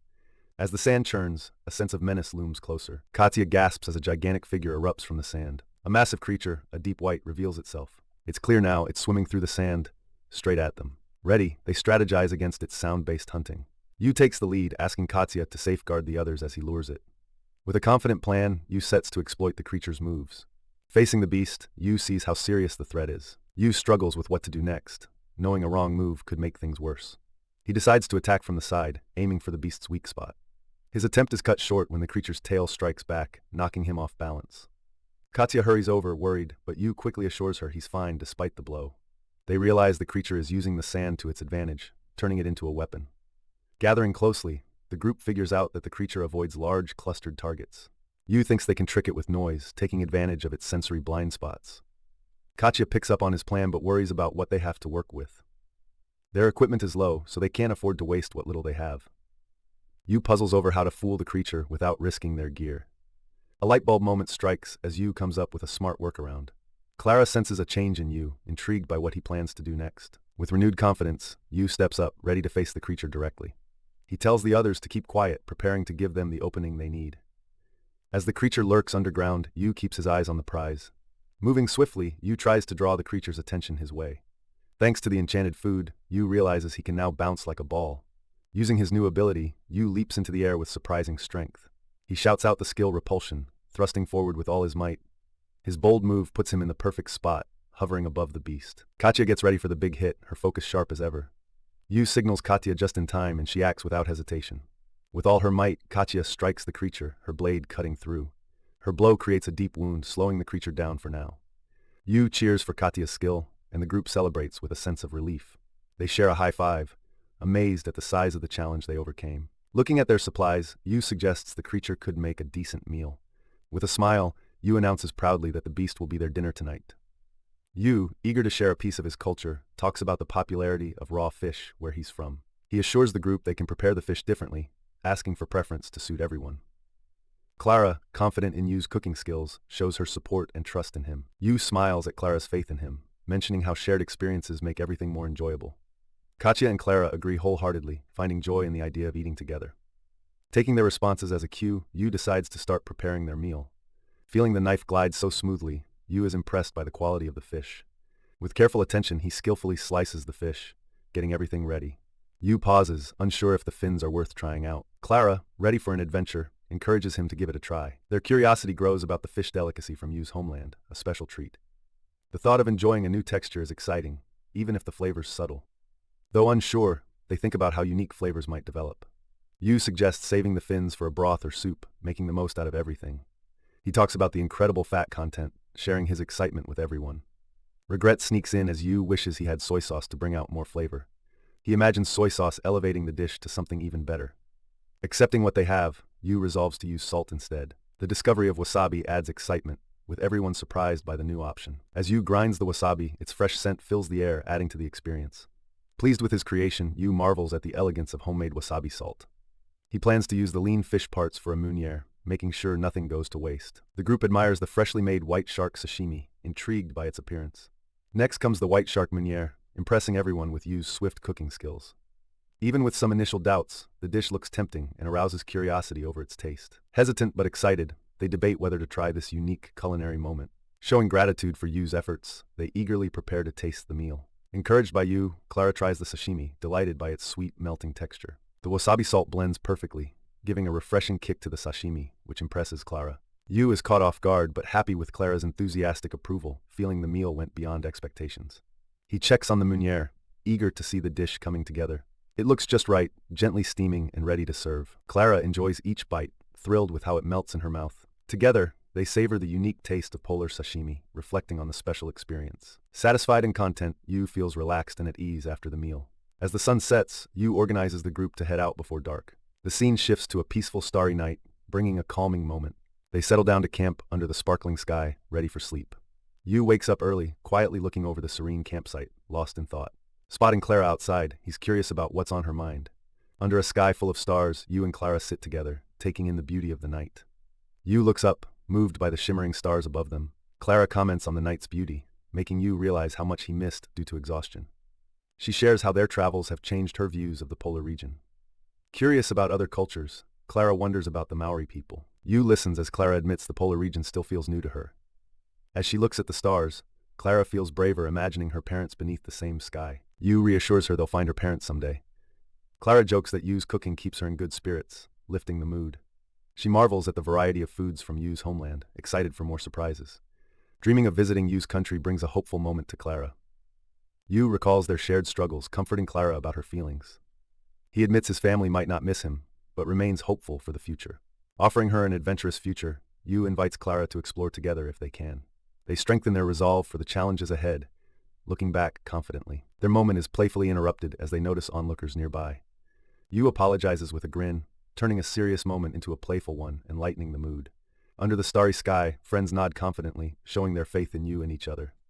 Still, the shadow of a threat edges closer, waiting to disturb their calm.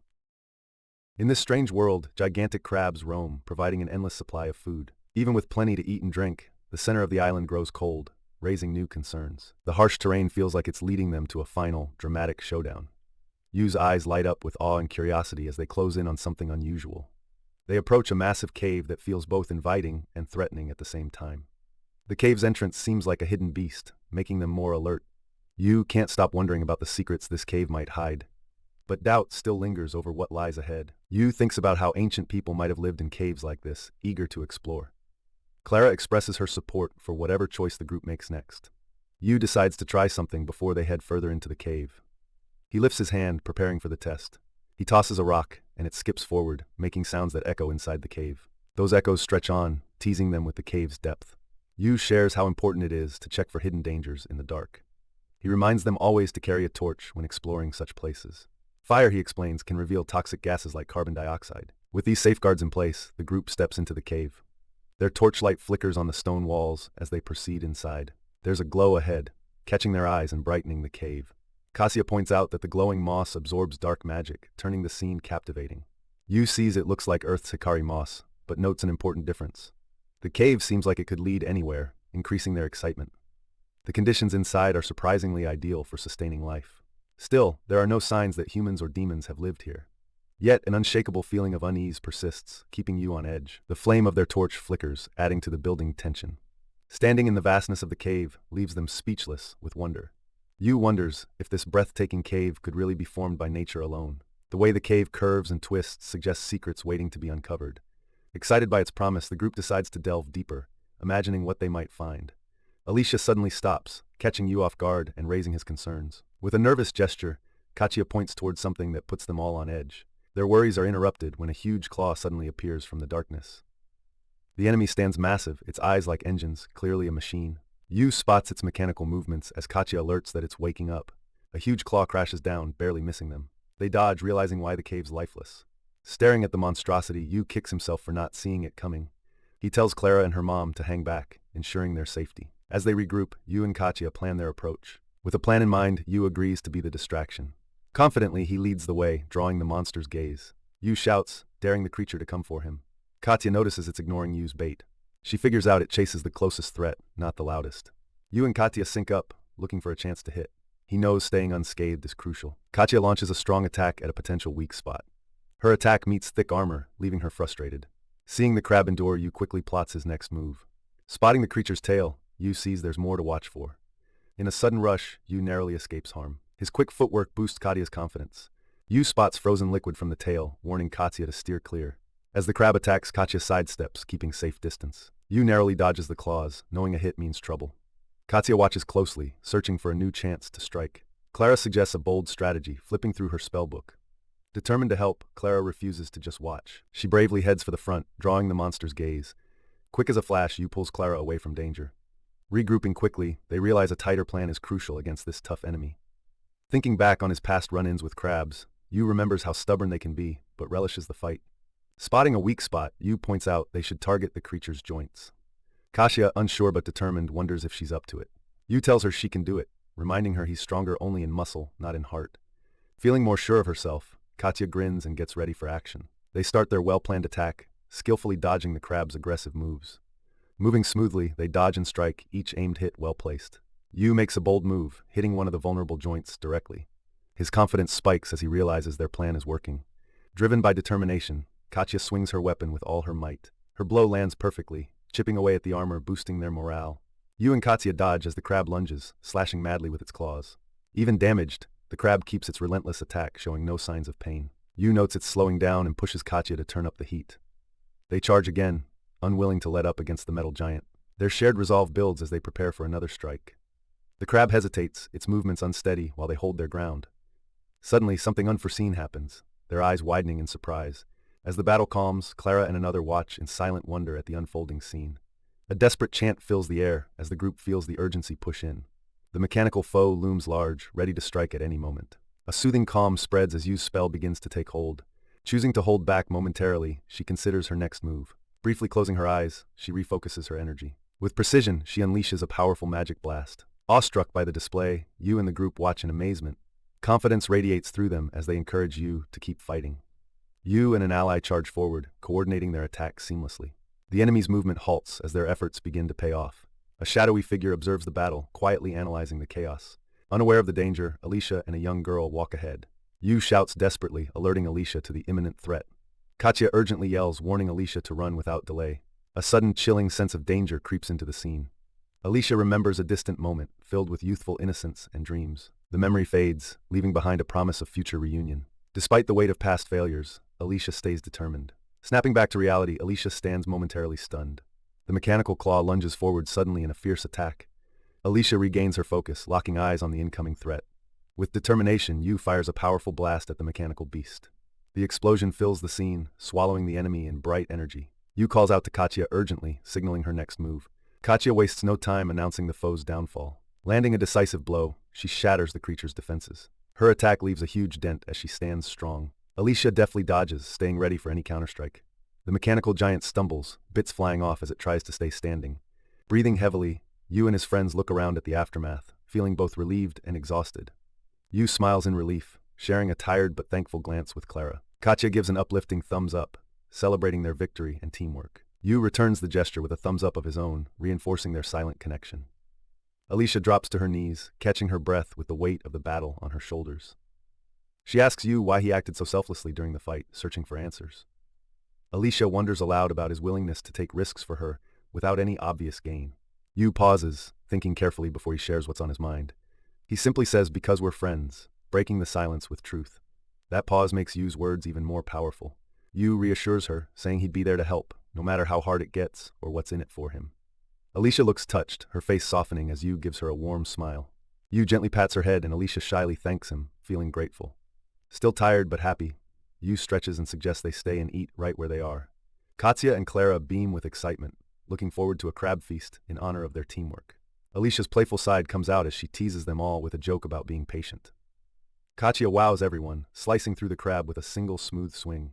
The group crowds around, their mouths watering at the thought of the upcoming feast. Yu lays out his plan to make a rich broth using the crab shells and deep white fish. As the crab grills, their eagerness for the delicious meal ahead grows. Finally, the feast is ready. Crab shabu, grilled crab, and sashimi all set to enjoy. They pause to admire the beautiful presentation, almost too perfect to eat. With a laugh, Yu urges them to dip and savor the crab shabu now. Tension climbs as they dip the crab into the simmering broth, anticipation in the air. Everyone watches intensely, eyes wide with excitement as they wait to taste it. The crab emerges from the broth, ready to be appreciated and eaten with gratitude. With the crab dish complete, their voices echo with thanks and eager anticipation. The sweeping view of the cave's vast interior highlights the surreal beauty around them. Serenity fills the air, yet their exciting feast echoes throughout the space. Tiny movements disturb the calm, hinting that more lies beneath the surface. The tranquility hints at energy unseen, flowing just out of sight. Shapes and shadows flicker, hinting at possibilities yet to be discovered. Wonder and mystery intermingle as they explore the grandeur of the cave. The cave walls seem almost alive, their contours shifted by hints of magic. An odd whisper stirs, suggesting the cave holds more than meets the eye. Their laughter fades just as the atmosphere shifts, drawing them to move forward. The meal starts in earnest, joy spilling over as they dig into the crab. Laughter echoes around them, offering a brief escape from their ongoing challenges. Katya and Clara savor each sweet taste, their faces alight with delight. Yu reflects on the food's texture, finding harmony in its flavors. His mind wanders, wondering if this taste mirrors something more personal. Clara's eyes widen with joy, each bite an adventure she relishes. Curiosity piqued, they huddle closer around an unusual discovery. A shared look of surprise reveals the meal's unexpected depth and richness. Their eyes meet. There's a shared silent challenge in the air. Yu urges Katya to add more ingredients, excited to explore new flavors. The broth reveals its smooth texture, capturing everyone's attention. Yu grins with pride while Clara and Katya admire the culinary magic. Katya takes a bite, full of anticipation for the taste adventure. The flavor is perfect, and Katya's delighted smile says it all. Impressed, Katya praises the dish, marveling at the broth's enhancement. They gather close, savoring each bite and sharing a joyful moment. Yu eats contentedly, noting the group's quiet appreciation. He reflects that sharing a meal brings a universal calm. Yu chuckles, enjoying the deep, simple satisfaction of now. With full stomachs, they know this meal has strengthened their bond. Leftover dishes invite attention as their contentment lingers on. Katya and Clara thank Yu, and he suggests they all rest. Their camp is snug with a sturdy tent, promising cozy sleep. They settle in, savoring the lingering taste and warmth. Curiosity flickers as they huddle close, feeling slightly restless. Clara apologizes, feeling emotional, and seeks her friend's comfort. Her optimism lifts them all as they share her feelings. Katya wishes everyone good night, wrapping up the day's adventures. They all drift into slumber, embraced by restful dreams. Morning comes, full of promise and new exploration. They venture into the cave, torches lighting the silent paths. Fond memories of last night's meal boost their spirits. Though cheerful, Yu advises alertness for any surprises ahead. Another cavern appears, hinting at secrets waiting for discovery. Yu raises his torch, eager to reveal what the darkness hides. They enter an abandoned underground village, silence echoing eerily. Katya speeds into the village ruins, driven by a mix of curiosity and urgency.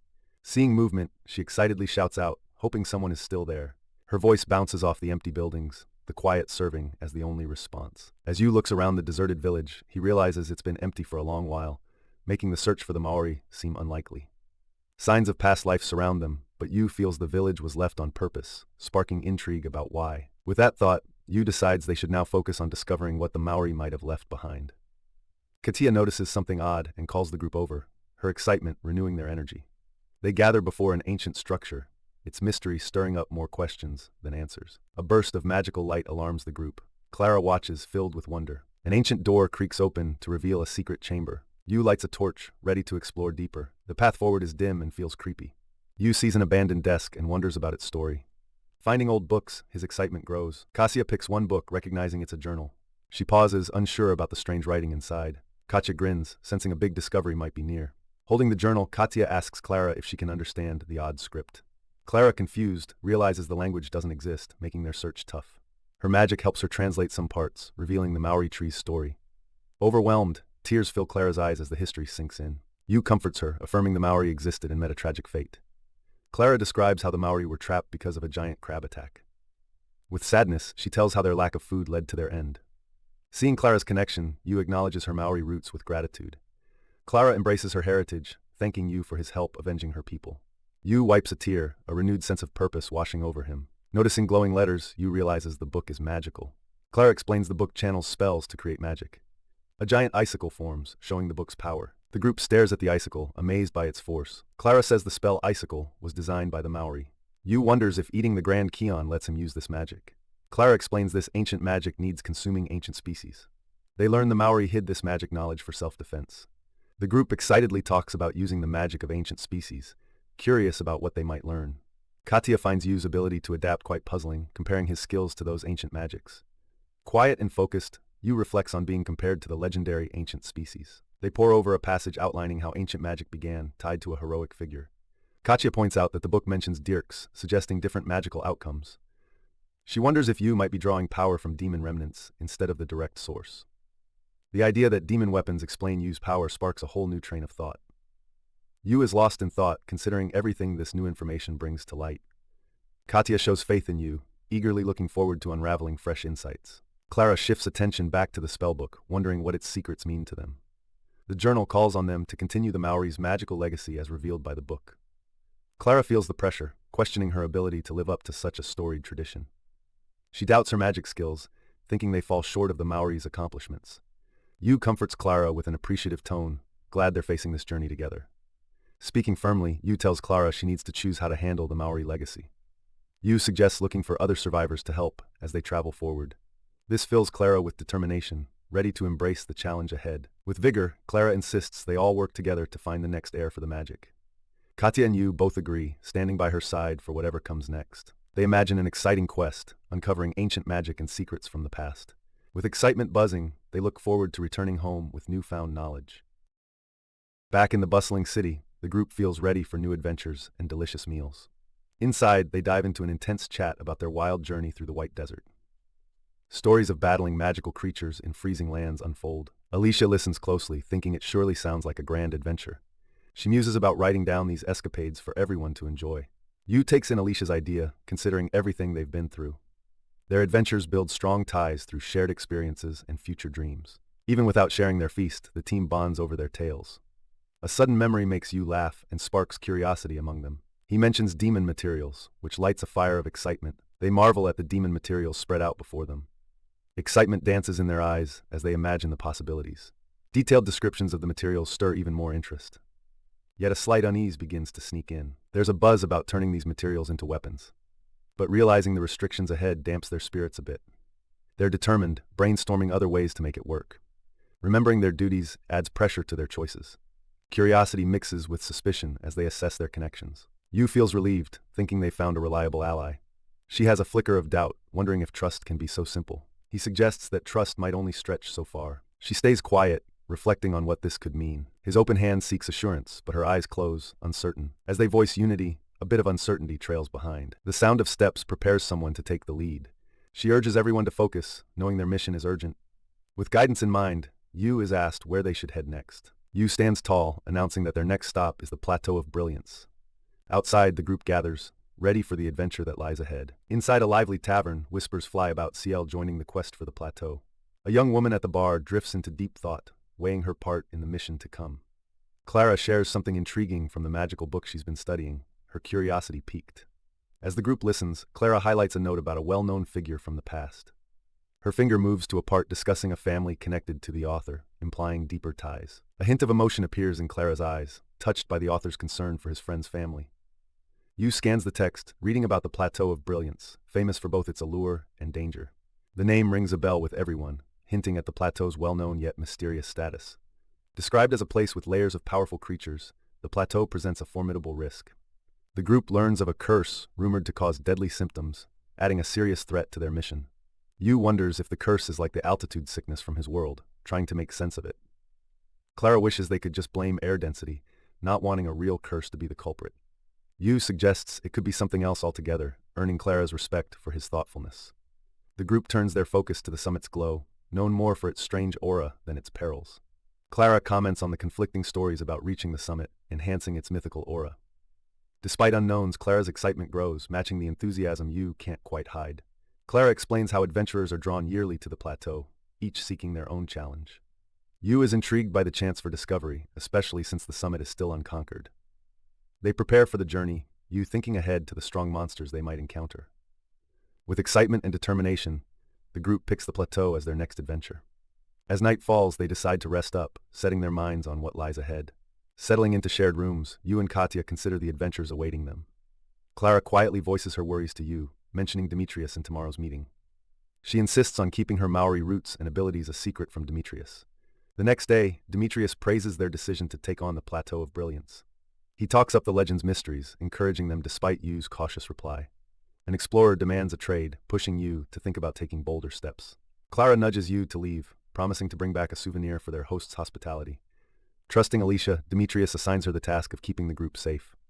Alicia objects to being treated like a kid as the group gears up to leave. Yuu steadies himself after Alicia's strong reaction, feeling ready to meet Demetrius. The busy streets help the group relax, easing into the lively crowd. Clara whispers a reminder not to mention her Maori roots to Demetrius. She admits she doesn't fully trust him, hinting at deeper worries. Demetrius's influence in Taoism makes Yuu uneasy, but he nods along. Clara stresses the need for caution, fearing too much honesty could be dangerous. Yuu forces a laugh, trying to hide his own uncertainties. Clara's words carry a deeper message beneath the surface. She thanks Yuu for his support, a tender moment among their doubts. Their eyes lock, deepening their bond and catching Yuu off guard. Yuu awkwardly lets slip that Demetrius is genuine about his duty to her. Clara urges honesty from Yuu, briefly soothing the tension between them. As they walk, Clara tries to brush off the awkwardness, but Alicia notices and prods them curiously. The group gathers, ready to plan their next adventure. Yuu stresses how important it is to stay safe as they move ahead. Clara proposes using insights from the magical book to guide them. Katya gets excited, thinking about the mysteries they might discover. Demetrius listens, a bit doubtful but understanding their need to rely on the book. Suddenly the group senses they're being followed, raising tension. Yuu signals everyone to be quiet, checking out the situation. They tread carefully, trying to spot whoever is on their tail. A shadowy figure steps forward, testing their courage. The group understands this could show what they're truly made of. Steadying themselves, they think about how much their mission means. The air grows thick with tension as they brace for what's next. Though uncertainty hangs over them, determination pushes them onward. Clara and Demetrius lock eyes, determined to back up the team. Their focus sharpens as the coming challenge becomes clearer. Every step is measured as they get ready to face what's ahead. The silence around them highlights their readiness as danger approaches. With resolve, they march forward to meet the mysterious stranger. Anticipation builds, each moment stretching as they prepare. Reunited in purpose, they find strength in each other. Together they move on, wondering if their gear will slow them down. Clara doubts their heavy load, but knows it's important for safety. Recalling past blunders, they realize these tools could be crucial. In the bustling market, they agree with Yuu's decision to be prepared. With funds in hand, Yuu assures them they have everything they need. Next up, they plan to get a new weapon for the Plateau of Splendor. Checking out a crab shell from the White Desert, they're amazed by its origin. The claws are light and tough, hinting at their magical qualities. A voice questions Yuu about his plans for the claws, eyeing them with suspicion. With confidence, Yuu turns down the offer for help, sure he can manage things on his own. Yuu's eyes light up at the idea of making a sword, yet Clara catches a hint of his nervousness. Katya picks up on Yuu's unease, asking if he's sensing anything strange. Clara points out 3 people tailing them, spurring a quick, crucial choice. The group dashes through narrow alleys, aiming to shake off their pursuers. Confident in her abilities, Clara readies herself to face the ones following them. Yuu checks over his shoulder as their shadows speed up, cranking up the tension. He and Clara share a quick look, reaching an unspoken agreement to prepare for a showdown. Their pursuers charge, forcing Yuu and Clara to brace for the incoming clash. Standing firm, Yuu focuses on holding his ground as the attacks come his way. Katya surveys the tense scene, poised and ready to jump into the battle. With a precise strike, Clara is pushed back, the pursuers closing in fast. Locking eyes, Yuu and Clara steel themselves, ready to face the challenge head-on. Their attackers stop short, surprised by the resolve they see in Yuu and Clara's stance. Clara delivers a hefty blow, catching one attacker totally off guard. Blades clash fiercely, Clara driving her opponent back with each strike. Katya steps in, casting a spell that leaves their attacker disoriented. Seizing this chance, Yuu charges forward, pressing the advantage. Yuu lands a powerful blow, stumbling the attackers and shifting the tide. The attackers regroup, realizing they can't keep up this fight much longer. One of them speaks up, grudgingly respecting Katya's formidable reputation. Their foes discuss how tough it is to tackle a group with so many skills. Yuu warns them to back off now or face inevitable defeat. The attackers hesitate, clearly seeing the danger Yuu poses. Tension mounts as they consider what move to make next. Katya suggests a truce if they choose to leave without further conflict. Curious, she admits she lacks the knack for tough questioning. Katya steps in, warning their attackers that more fighting only leads to defeat. Relieved, the group watches as their foes rethink and pull back. Puzzled, they start to unravel why they were targeted in the first place. Alicia mulls over the idea that maybe she was their true target. Katya sighs, frustrated that her hard work isn't quite enough. Clara wonders if their attackers aim to just gauge their power. Yuu reflects, noticing how their growth means facing skilled challengers. She's stronger now, Clara realizes, ever since Yu joined them. Does Yu's cooking have some magic in it? She wonders with a smile. Yu feels the pressure of being chased for his unique skills. As they gear up to leave, Katya gets a last-minute call urging her to come. Clara holds on to her insights, stepping forward to reunite with the team. Ready to move on, Yu voices his eagerness to continue their adventure. They glance at an odd symbol hinting at the mystery ahead. The symbol glows mysteriously, strengthening the sense of a challenge. It seems unclear, yet urges them to venture forward and look closer. The swirling patterns suggest it's more than a mark, perhaps a clue. They pause, each lost in thought about the path they're on. Curiosity and resolve spark motions as they consider the possibilities. Yu leads with confidence, each step purposeful and sure. Together, they step into the unknown, eager to discover what's true. Potential hangs in the air as they move boldly ahead. Confidence fuels their journey, each stride strong and assured. As the symbol fades, it strengthens their resolve for what's next. The symbols shift, hinting that there's more to uncover. With the lights play, they sense a deeper bond forming. Compelled by possibilities, Yu steps ahead with determination. Understanding lights up Clara's face as she connects the dots. Kasia leans in closer, captivated by the mysteries they might unravel. Suddenly, everything makes sense, bringing their goals into focus. Faint light guides them, pointing to their next destination. Strengthened by unity, they feel more determined for the journey ahead. With a final, knowing look, they promise to uncover the truth together. The group explores a new area, eager to dive into local foods they don't know yet. Remembering past adventures with Clara, Yu suggests checking out the stalls again. Alicia's eyes light up with the idea of visiting a popular potato store. Though unfamiliar with the place, everyone agrees it sounds like a good plan. They reminisce together about the delicious sweet potatoes from before. Hunger getting the better of them, Alicia urges the others to hurry up. Yu confidently takes the lead, heading towards the suggested spot. With a decision made, they set off, Alicia's eagerness clear as day. Above, the market buzzes with life as the group searches for the stall. Navigating the crowded streets, Yu tries to pinpoint the stall's location. They marvel at the many potato chip stalls filling the bustling market. Yu observes how simple potato chips are, realizing no patents exist here. Impressed, Alicia notes how Yu's chip idea spread fast, though he admits it wasn't his originally. Yu sees the big impact of his simple suggestion, a light bulb moment for him. Locals chat about the quick rise in chip making, with new varieties popping up fast. Katya's loud stomach growls, prompting a warm welcome from the store owner. They spot a familiar stall, wondering if it's the same potato vendor from before. Seeing the stall bustling, Yu realizes it's thriving thanks to their last visit. The vendor eagerly thanks them, inspiring the group to queue up with the crowd. With joyful steps, they move toward the busy stall, ready to relive the tasty memory. Entering the lively market, the group is warmly welcomed as they admire the booming potato stall. The vendor shares that their success isn't just being the original potatoes, hinting at a secret. A plate piled with steaming potatoes takes center stage, sparking their excitement. Yu is stunned to see the buttery potatoes again, and the vendor smiles knowingly. The vendor tells them that experimenting with butter skyrocketed potato butter's popularity. Looking to the future, the vendor aims to create another unique potato treat. They order a taste of both dishes, their excitement growing with every moment. Yu watches closely as butter melts into the potatoes, anticipating the taste. As the smell of buttery potatoes fills the air, the group's anticipation peaks. Yu takes a bite and enjoys the potatoes' rich, buttery flavor and soft texture. The melted butter seeps into the potatoes, delighting Yu and the others with every bite. Katya is surprised by how such a simple dish can pack so much flavor. Alicia smiles warmly, feeling comforted by the hearty meal. Yu playfully teases Alicia about her food critique, reminding her to swallow first. The group thanks the vendor for the delicious meal they just devoured. Happy with their enjoyment, the vendor chats about trying new recipes. Yet, there's a hint of worry as the vendor thinks about the group's adventures. The vendor hopes they stay safe, knowing their adventurous spirit won't be tamed. Yu jokes about being a foodie, sharing tales of tasting strong creatures. They confirm their plans for the joint exploration, promising to be careful. They reflect on the perils adventurers face, aiming to avoid unnecessary risks. The vendor hopes their careful approach pays off and keeps them out of trouble. Yu reassures the vendor, learning a famous group joins the exploration. Excitement builds with rumors of a possible major discovery. They hear about a young, skilled adventurer who brings promise to the group. Yu thinks about her skill, being the child of a renowned legend. As they wait, excitement and anticipation ripple through the gathering crowd. A girl confidently receives her card for the search, capturing attention. Her determination and confidence stand out, drawing eyes her way. The crowd reacts with awe and curiosity at her strong resolve. Focused, she pictures the plan forming clearly in her mind.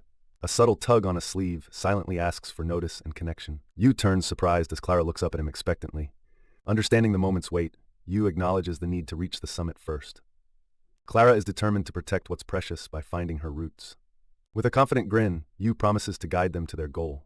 Clara grins with determination, ready to face whatever comes their way. Yuu shares a fist bump with a vendor, sealing a newfound friendship and goal. Armed with recipes, the group eagerly explores, excited about culinary adventures. They encounter an unusual ingredient, sparking curiosity about new tastes ahead. Satisfaction lights up the vendor's face, proud of sharing knowledge with them. As they leave, the vendor ponders the secrets Yuu might keep.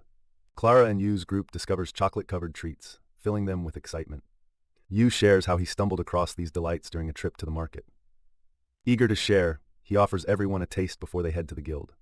Grateful for the surprise, the group thanks Yuu for the treat. They sit together, enjoying the unusual combination of flavors. Yuu reacts to the unexpected sourness, expecting a sweeter taste. Katya finds the mix oddly balanced and takes a moment to enjoy it. Clara notices the extra chocolate heightens the sweetness. Even full, Clara admits she could keep eating these treats forever. Relaxed and content, the group agrees with Yuu that sweets are special. Yuu stands amazed before the mighty Adventurers Guild, feeling eager and nervous. Clara guesses this must be Yuu's first time seeing such a place. Determined, Yuu decides to open the guild's door, set on proving himself. Once inside, Yuu notices the skeptical looks from seasoned adventurers. He feels the weight of being judged as inexperienced right away. With confidence, Katya tells the group they've got this under control. She steps up boldly, asking to join the joint expedition. Her unexpected authority catches everyone off guard. The receptionist hesitates, but Katya's request is hard to ignore. Katya explains they have the right approval, setting aside doubts.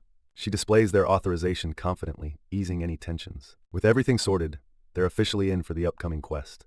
Feeling pumped, Yuu anticipates their upcoming adventure. With time before nightfall, they discuss what to do next. The room's seasoned adventurers keep giving skeptical looks. Yuu worries they blundered, but Katya assures him they've got this. She explains the skepticism is just from them being new.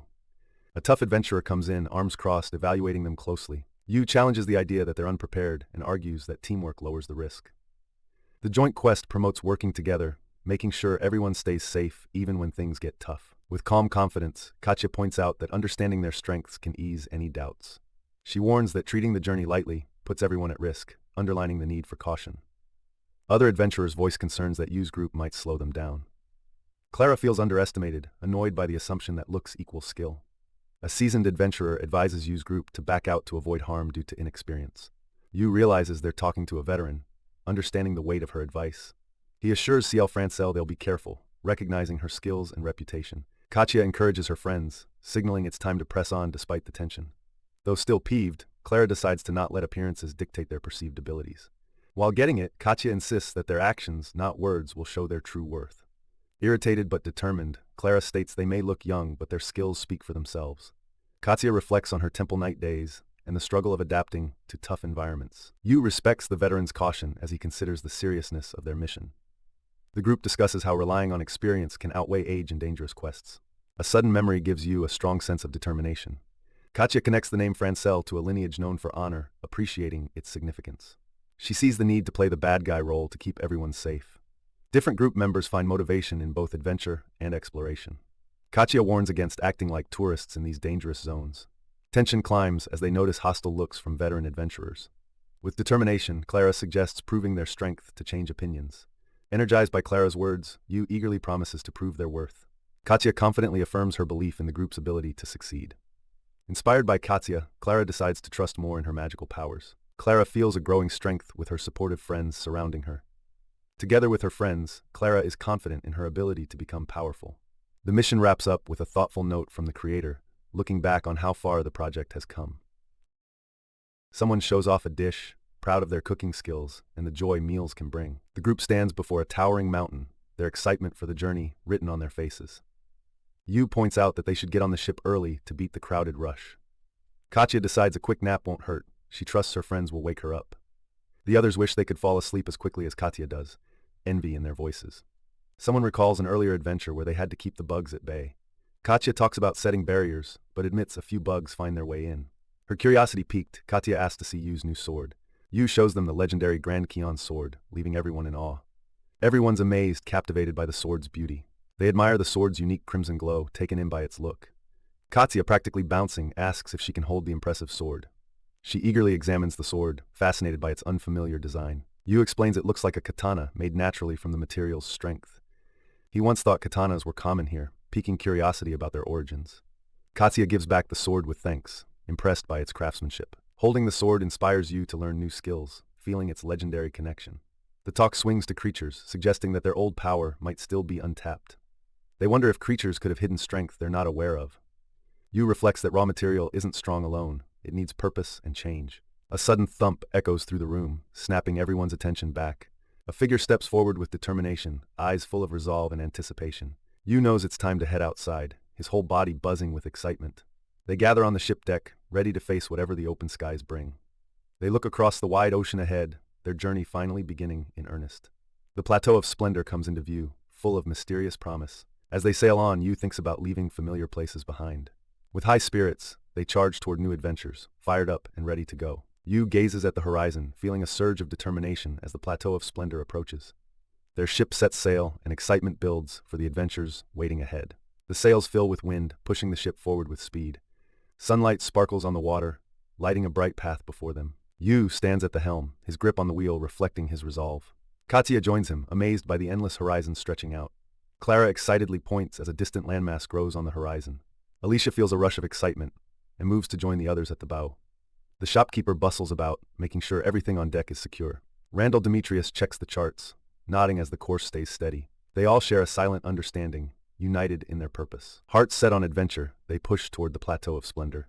The ship cuts through the waves, carrying them with purpose. Clara watches the nearing landmass, her anticipation growing.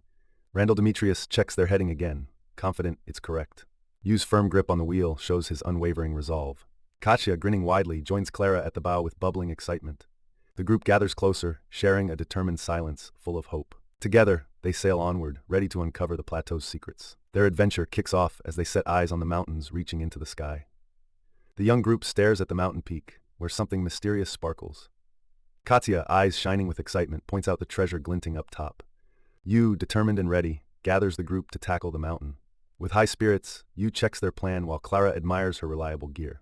Crossing the rocky path turns out easier than expected, thanks to Clara's boots. Yuu comments on how their special boots are perfect for climbing. He highlights the importance of their gear, saying it makes the climb manageable. Further up, the climb remains tough but tackleable. Together, they look for the safest path while watching for other climbers. Yuu assures Katya their timing is spot on, confident in his plan. Katya outlines the positions, explaining each person's role. She talks about leading and supporting with different strengths in mind. Katya and Yuu take the lead while Clara and Alicia back them up from behind. These roles matter a lot as they face each new challenge. Clara notes they arrived later, but believes in their solid plan. Katya gently warns Yuu about pushing too hard, stressing self-awareness. Focused and calm, the team keeps climbing with determination. Yuu takes a moment to thank everyone, appreciating their teamwork. They are reminded to stay sharp, knowing hidden threats may lurk ahead. Katya stresses the need for alertness, regardless of who they are. Suddenly, a stampede of rock goats rushes toward them, causing panic. Yuu shouts a warning about the goats' speed and horns. He grips his sword, ready to face the threat. Instead of fear, Yuu feels a rush as he preps his new weapon. Yuu and Katya quickly spring into action, handling the goats with skill. He tries to draw the goats' focus onto himself with a taunt. The goats zero in on Yuu, charging full speed toward him. Yuu braces himself, ready to let his skills fly as the danger looms closer. While Katya charges up a powerful strike, Yuu senses it's the moment to show what he's learned. He unleashes a special move, hoping to change the course of this hectic battle. A wave of shimmering light bursts from him, freezing the chaos around them for a second. The rock goats halt, thrown off balance by Yuu's unexpected tactic. Katya, with iron resolve, casts her magic to freeze the area, adding to their advantage. Yuu narrows his eyes, spotting a chance to make their move count. He lines up for a decisive strike to tame the unruly stampede. He slashes with Blizzard Slash, unleashing a storm of ice and force. The attack cuts through the air, its precision unmatched. The powerful strike sends the rock goats stumbling back, ending the danger. Katya gazes on, amazed by the raw power Yuu displayed. As the dust settles, Yuu stands ready, knowing he's about to face the ancient Granchion. He's aware of the demon's strength, but sees potential beyond just brute force. Using sharp thinking with their skills, they chip away at obstacles in their way. Suddenly, Yuu realizes he missed a crucial step, his heart skipping a beat. Once he recovers, Yuu laughs it off, drawing a smile from Katya as relief washes over them. They agree it's time to regroup, gathering strength for what comes next. The team feels upbeat, seeing their successful move as a positive sign. They can't wait to cherish their victory, excitement building as the journey goes on. Yuu's idea to make yakiniku fires up the group with excitement. He's got a plan to tame the rock goat's strong smell, using a clever cooking trick. Yuu starts off by crafting a special sauce to help mask the odor. As the meat marinated, they all notice the sauce's unique aroma. Yuu moves on, chopping vegetables into small pieces. He coats the vegetables in sauce and stir-fries them briskly. Delicious smells fill the air when they grill the marinated meat. The meat sizzles with a dance of surprise in the hot pan. Yuu reminds everyone not to overcook the meat as he adds more sauce. Their friends watch, impressed by the lively cooking display. Yuu completes the dish, layering the meat over vibrant vegetables. The meal is ready, its enticing aroma drawing everyone closer. With eager smiles they take a bite, surprised by the delicious taste. Yuu notices how the sauce covers up the smell, leaving a sweet flavor behind. He explains marinating longer would make the dish even tastier. Clara enjoys the dish, happy with the flavors blending so well. Katya thinks about how the meal brings different ingredients together. The group is impressed, realizing crafting such dishes takes skill. Yuu feels good seeing their reaction to his cooking. Clara asks Yuu to teach them cooking, captivated by new ingredients. They share a moment, eager to learn more in future cooking lessons. A week later, a new day begins with clear skies as the journey continues. Yuu stretches, noting how the number of tents has shrunk. He wakes his friends with a smile, encouraging them to get ready for climbing. They head up the rocky path, seeing fewer adventurers around. While ascending, they realize they've made it halfway up the plateau. Even though they're tired, they stay motivated, seeing their progress. Yuu feels strong, pleased with their steady climbing pace. Clara gives Yuu a playful warning, telling him not to let his success go to his head. The group pushes onward, inspired by everyone who keeps going despite the difficulties. They notice not many adventurers are still climbing and chatting like they are. Clara jokes that maybe Yuu's food is keeping their energy up. Even though she's not sure that's true, she admits it might be possible. She thinks about how good meals can restore their energy. Yuu agrees, even small boosts help them rest better. His cooking almost feels like magic, lifting everyone's spirits. Katya and Clara agree, praising Yuu for his great-tasting dishes.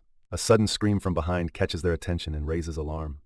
They spot a spike leopard, a tough level 2 creature, approaching. Clara quickly organizes a retreat for those who can't fight. Yuu stands his ground, ready to confront the incoming threat. The leopard growls, showing it's ready to pounce. Clara's urgent warning grabs Yuu's attention as the leopard charges. Yuu responds fast, boosting his weapon while dodging flying needles. Their shields hold for now, but Clara knows they need a plan. They evade another attack as the leopard backs off for a better angle. Clara strikes back with force, determined to gain the upper hand. Together, she and Yuu see the needles can't reach too far. They know waiting too long gives the leopard a chance to regroup. Yuu and Clara charge, deciding to end the fight before it regains strength. The spike leopard turns and races up the incline, trying to flee. Yuu watches closely, studying where the leopard is headed. Determined to catch it, Yuu takes off after the leopard. With quick speed, he closes in, readying his next move. Yuu leaps, delivering a strong strike, aiming to end the chase for good. The group cheers as Yuu takes down the horned leopard. They respect his strength and teamwork. A young woman admits she was wrong about Yuu, realizing adventurers aren't all bad. Two of Yuu's companions confess they used to dislike knights, but now see them as heroes. Another adventurer asks Yuu why he helped even though they'd been rude before. Yuu responds simply, he can't turn away from those who need help. It goes against his principles. He emphasizes that their search relies on mutual aid and cooperation. The adventurer thanks Yuu genuinely, acknowledging the crucial support his group provided. They agree to watch each other's backs, especially looking out for young CL. Feeling drained, they take a break for a meal, taking time to recharge. As clouds drift peacefully above, the group settles in for a much-needed rest. Clara calls everyone to eat, heightening the anticipation for their meal.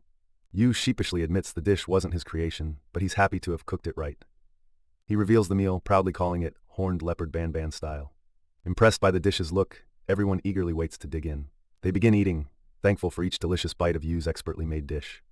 Yuu and Katya savor the meal, appreciating its flavors and creative ingredient use. Katya praises the dish enthusiastically, loving its balance of taste and nutrition. Clara, hungrier than usual after using magic, eats more, making everyone laugh. 3 days pass with clear skies, setting the stage for the next events. A single figure appears along a rocky path, sparking curiosity. Yuu gets ready for a new challenge, channeling magical energy through his body. He activates Thornskin, covering himself in a protective shield. Stretching out, Yuu prepares to see how well his new armor works. With a mighty jump, he rockets forward, cracking the ground beneath. Clara observes the move, wondering if its power is matched by practicality. Yuu admits it's strong but requires great strength to be truly useful. While discussing, Alicia starts to look unwell, catching Katya's eye. Though Alicia insists she's fine, it's clear she's feeling worn out. Yuu approaches Alicia, asking if she can keep going despite how she's feeling. Alicia nods, leaning on Katya for support, determined to continue. Finally, the group pauses, grateful to catch their breath after such a relentless climb. Noticing her wariness, Yuu checks on Katya and suggests resting before they meet more monsters. Katya admires Clara's strength, recognizing her perseverance through all the challenges. Yuu turns to Alicia, offering encouragement, praising her effort and resilience despite her fatigue. Suddenly, Alicia stumbles, her energy dropping sharply, sparking concern among everyone. While Alicia insists she's fine, Yuu is frustrated she didn't mention her exhaustion earlier. Yu urgently asks her to describe her symptoms to understand what's wrong. She mentions a headache and nausea, causing Yu to worry more about her health. When someone mentions the curse of the plateau, it adds a layer of ominous mystery to their worries. Yu suspects altitude sickness, given they're so high up and Alicia's symptoms seem to fit. He decides they must rest now, saying they should descend if Alicia doesn't get better soon. Realizing the altitude is the problem, the group agrees to retrace their steps, lowering their elevation. Yu explains why altitude sickness is dangerous and insists rest and descent are crucial now.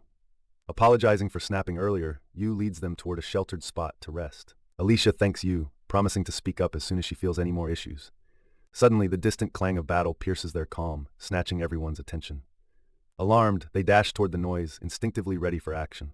The sounds of battle grow louder, heightening the tension as they realize how nearby it is. Hints suggest the remaining adventurer might be caught up in the chaos.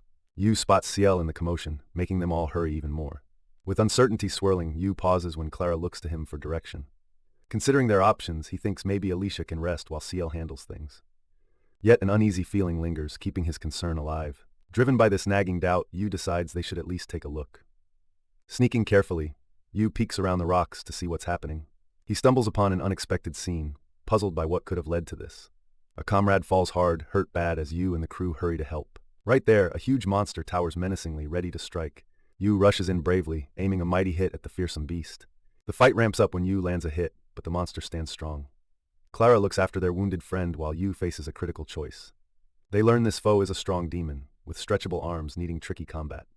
Yu, unfazed, mocks the demon, daring it to advance and defend his team. Moving with quick skill, Yu dodges its blows, getting ready to fight back. Focused and determined, Yu seeks out any chance to hit its weak spot. He skillfully avoids another ferocious swing as he looks for a gap. Seeing an opening, Yu lunges at the demon, poised to attack. His strike just misses, and the swift demon counters, making him dodge. The demon fires a fierce dragon breath, forcing Yu to think quickly. Yu frets if he can manage to pierce the tough hide of this beast. With the demon's taunting grin, the tension in the air grows thicker. Getting how his weapon won't work, Yu preps an ice flash to change gears.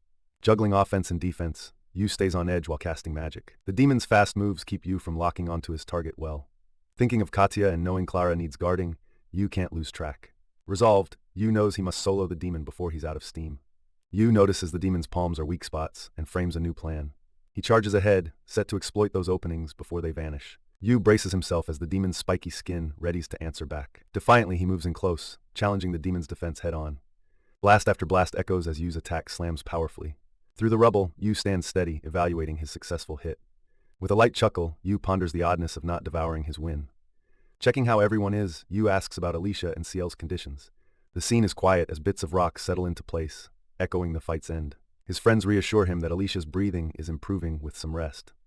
Though she's in critical condition, she survived, but recovery will take a while. Everyone acknowledges the wound's seriousness, but expresses relief for its treatability, grateful to Yu.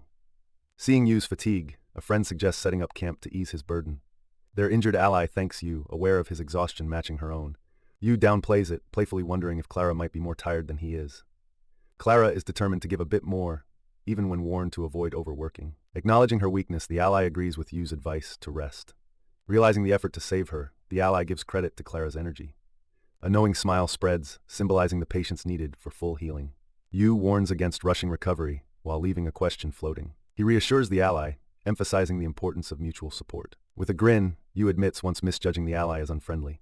Worn out, Yu heads off to find food, reminding Clara to take a break. Laughter flickers between Clara and the recovering ally, lifting spirits. Clara reflects on Yu's kindness, recognizing his leadership. A moment of understanding passes between Clara and another friend.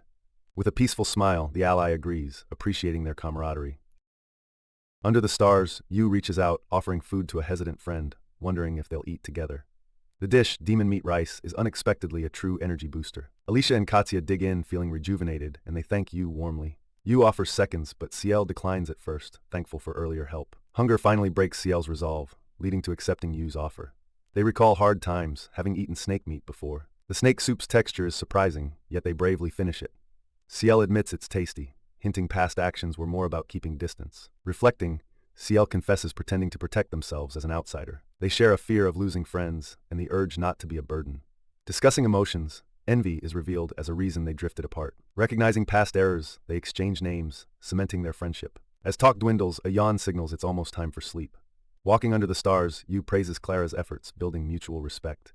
Yuu highlights teamwork as Clara smiles, proud of her part in their adventure. They gaze at the sky, finding comfort in their shared journey. Clara recalls their start, wondering if Yuu also felt uncertain back then. Facing her doubts, Clara recalls fear but notes Yuu's steady support. Yuu answers earnestly, saying it's just his nature to help. Grateful and surprised, Clara sees how Yuu's mindset strengthens their bond. She acknowledges her struggle to help when in peril, unlike Yuu, who felt driven to assist. Admiring him, she realizes she can aim for Yuu's level of selflessness. Together, they see how their unique qualities build their strength as a team. Clara shares her gratitude, thankful for knowing and learning from Yuu. Blushing, Yuu thanks her too as they both prepare to rest under the starry night. As they regroup, everyone wonders if Alicia's progress signals a fresh start. All eyes settle on Ciel, knowing her choice shapes their journey ahead. Realizing they can't handle the quest alone, they launch into a crucial talk. Yuu urges Ciel to decide quickly, highlighting the urgency of the moment. Ciel contemplates the weight of her decision, aware of its impact on everyone. Yuu explains that their plans hinge on Ciel's involvement, stressing teamwork. He lays it out clearly. Their success depends on cooperating as a team. Yuu admits he struggles with risking others for his own goals.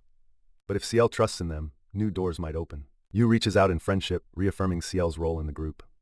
He promises they'll stick together, come what may. Turning back to Ciel, Yuu invites her thoughts, reading the emotion on her face. Ciel finally agrees, eager to reach the summit together. She extends her hand, apologizing and accepting Yuu as a true friend. With past missteps behind them, the team unites, ready for what's next. The next morning, Yuu checks on Ciel, ensuring she's well enough to continue. Katya points to the top of the plateau, excitement bubbling up. As they near their goal, determination propels them onward. A loud thud breaks their focus, ramping up the tension. Faced with a huge rock golem, Yuu and Katya prepare to confront it. The plan, cut its magic ties to take it down. Katya charges forward, knowing full well her sword won't do the trick, but willing to try anyway. Yuu considers using trap buds, realizing timing and placement are everything. He focuses, ready to unleash his strategy beneath the towering golem.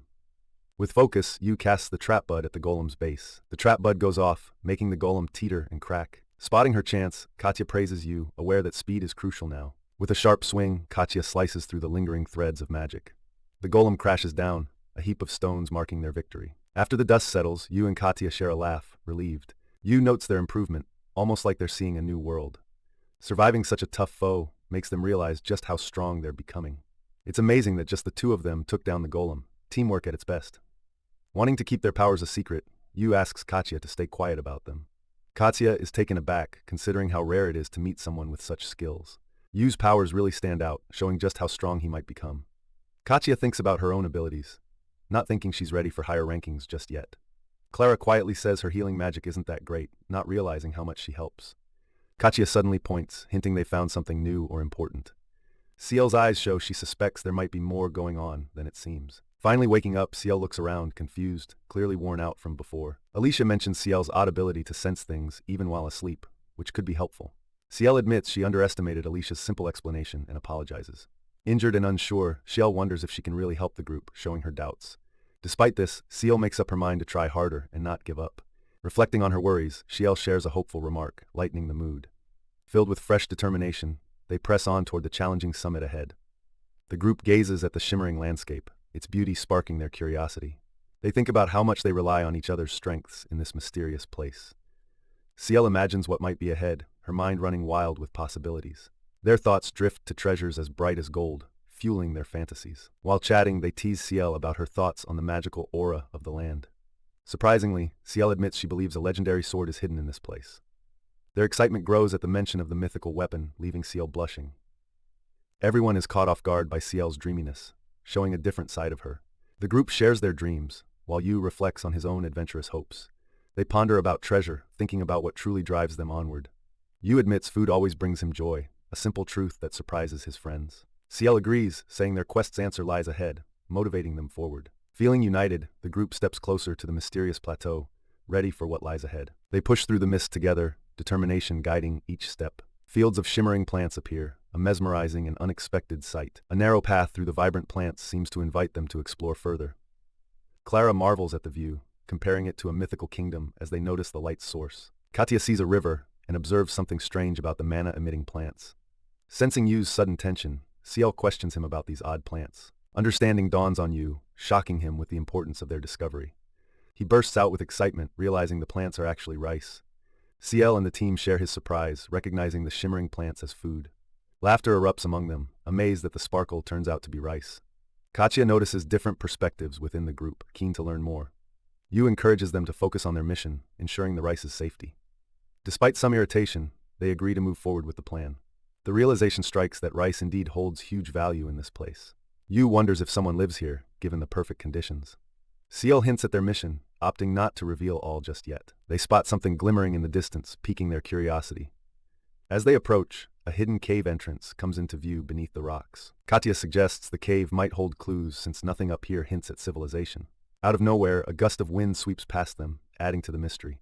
They agree to investigate, but just as Yuu steps inside, a fierce wind blows them back. Suddenly, a gigantic bird dives toward them, causing a stir among the group. Yuu stands ready, prepared to respond quickly to the threat. Katya stares in disbelief at the creature, more extraordinary than anything she's known.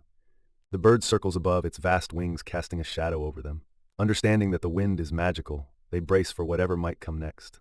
With a loud screech, the bird lunges, forcing the group to act. The bird smashes through their defenses. Clara insists they'll be okay. Yuu encourages everyone to move fast as the bird lines up its next strike. Attempting an ice slash, Yuu aims to counter the incoming threat. The bird dodges quickly and sends a wind blast, catching Yuu off guard. Yuu is trapped mid-air, causing Katya and Clara to gasp. Katya's worry escalates as she sees Yuu dangling in peril. Yuu's danger grows as the bird's talons come closer, ready to strike. The massive wings churn the sky, a sign that trouble's arrived. With a whoosh, the bird swoops down, snagging Clara's sharp gaze.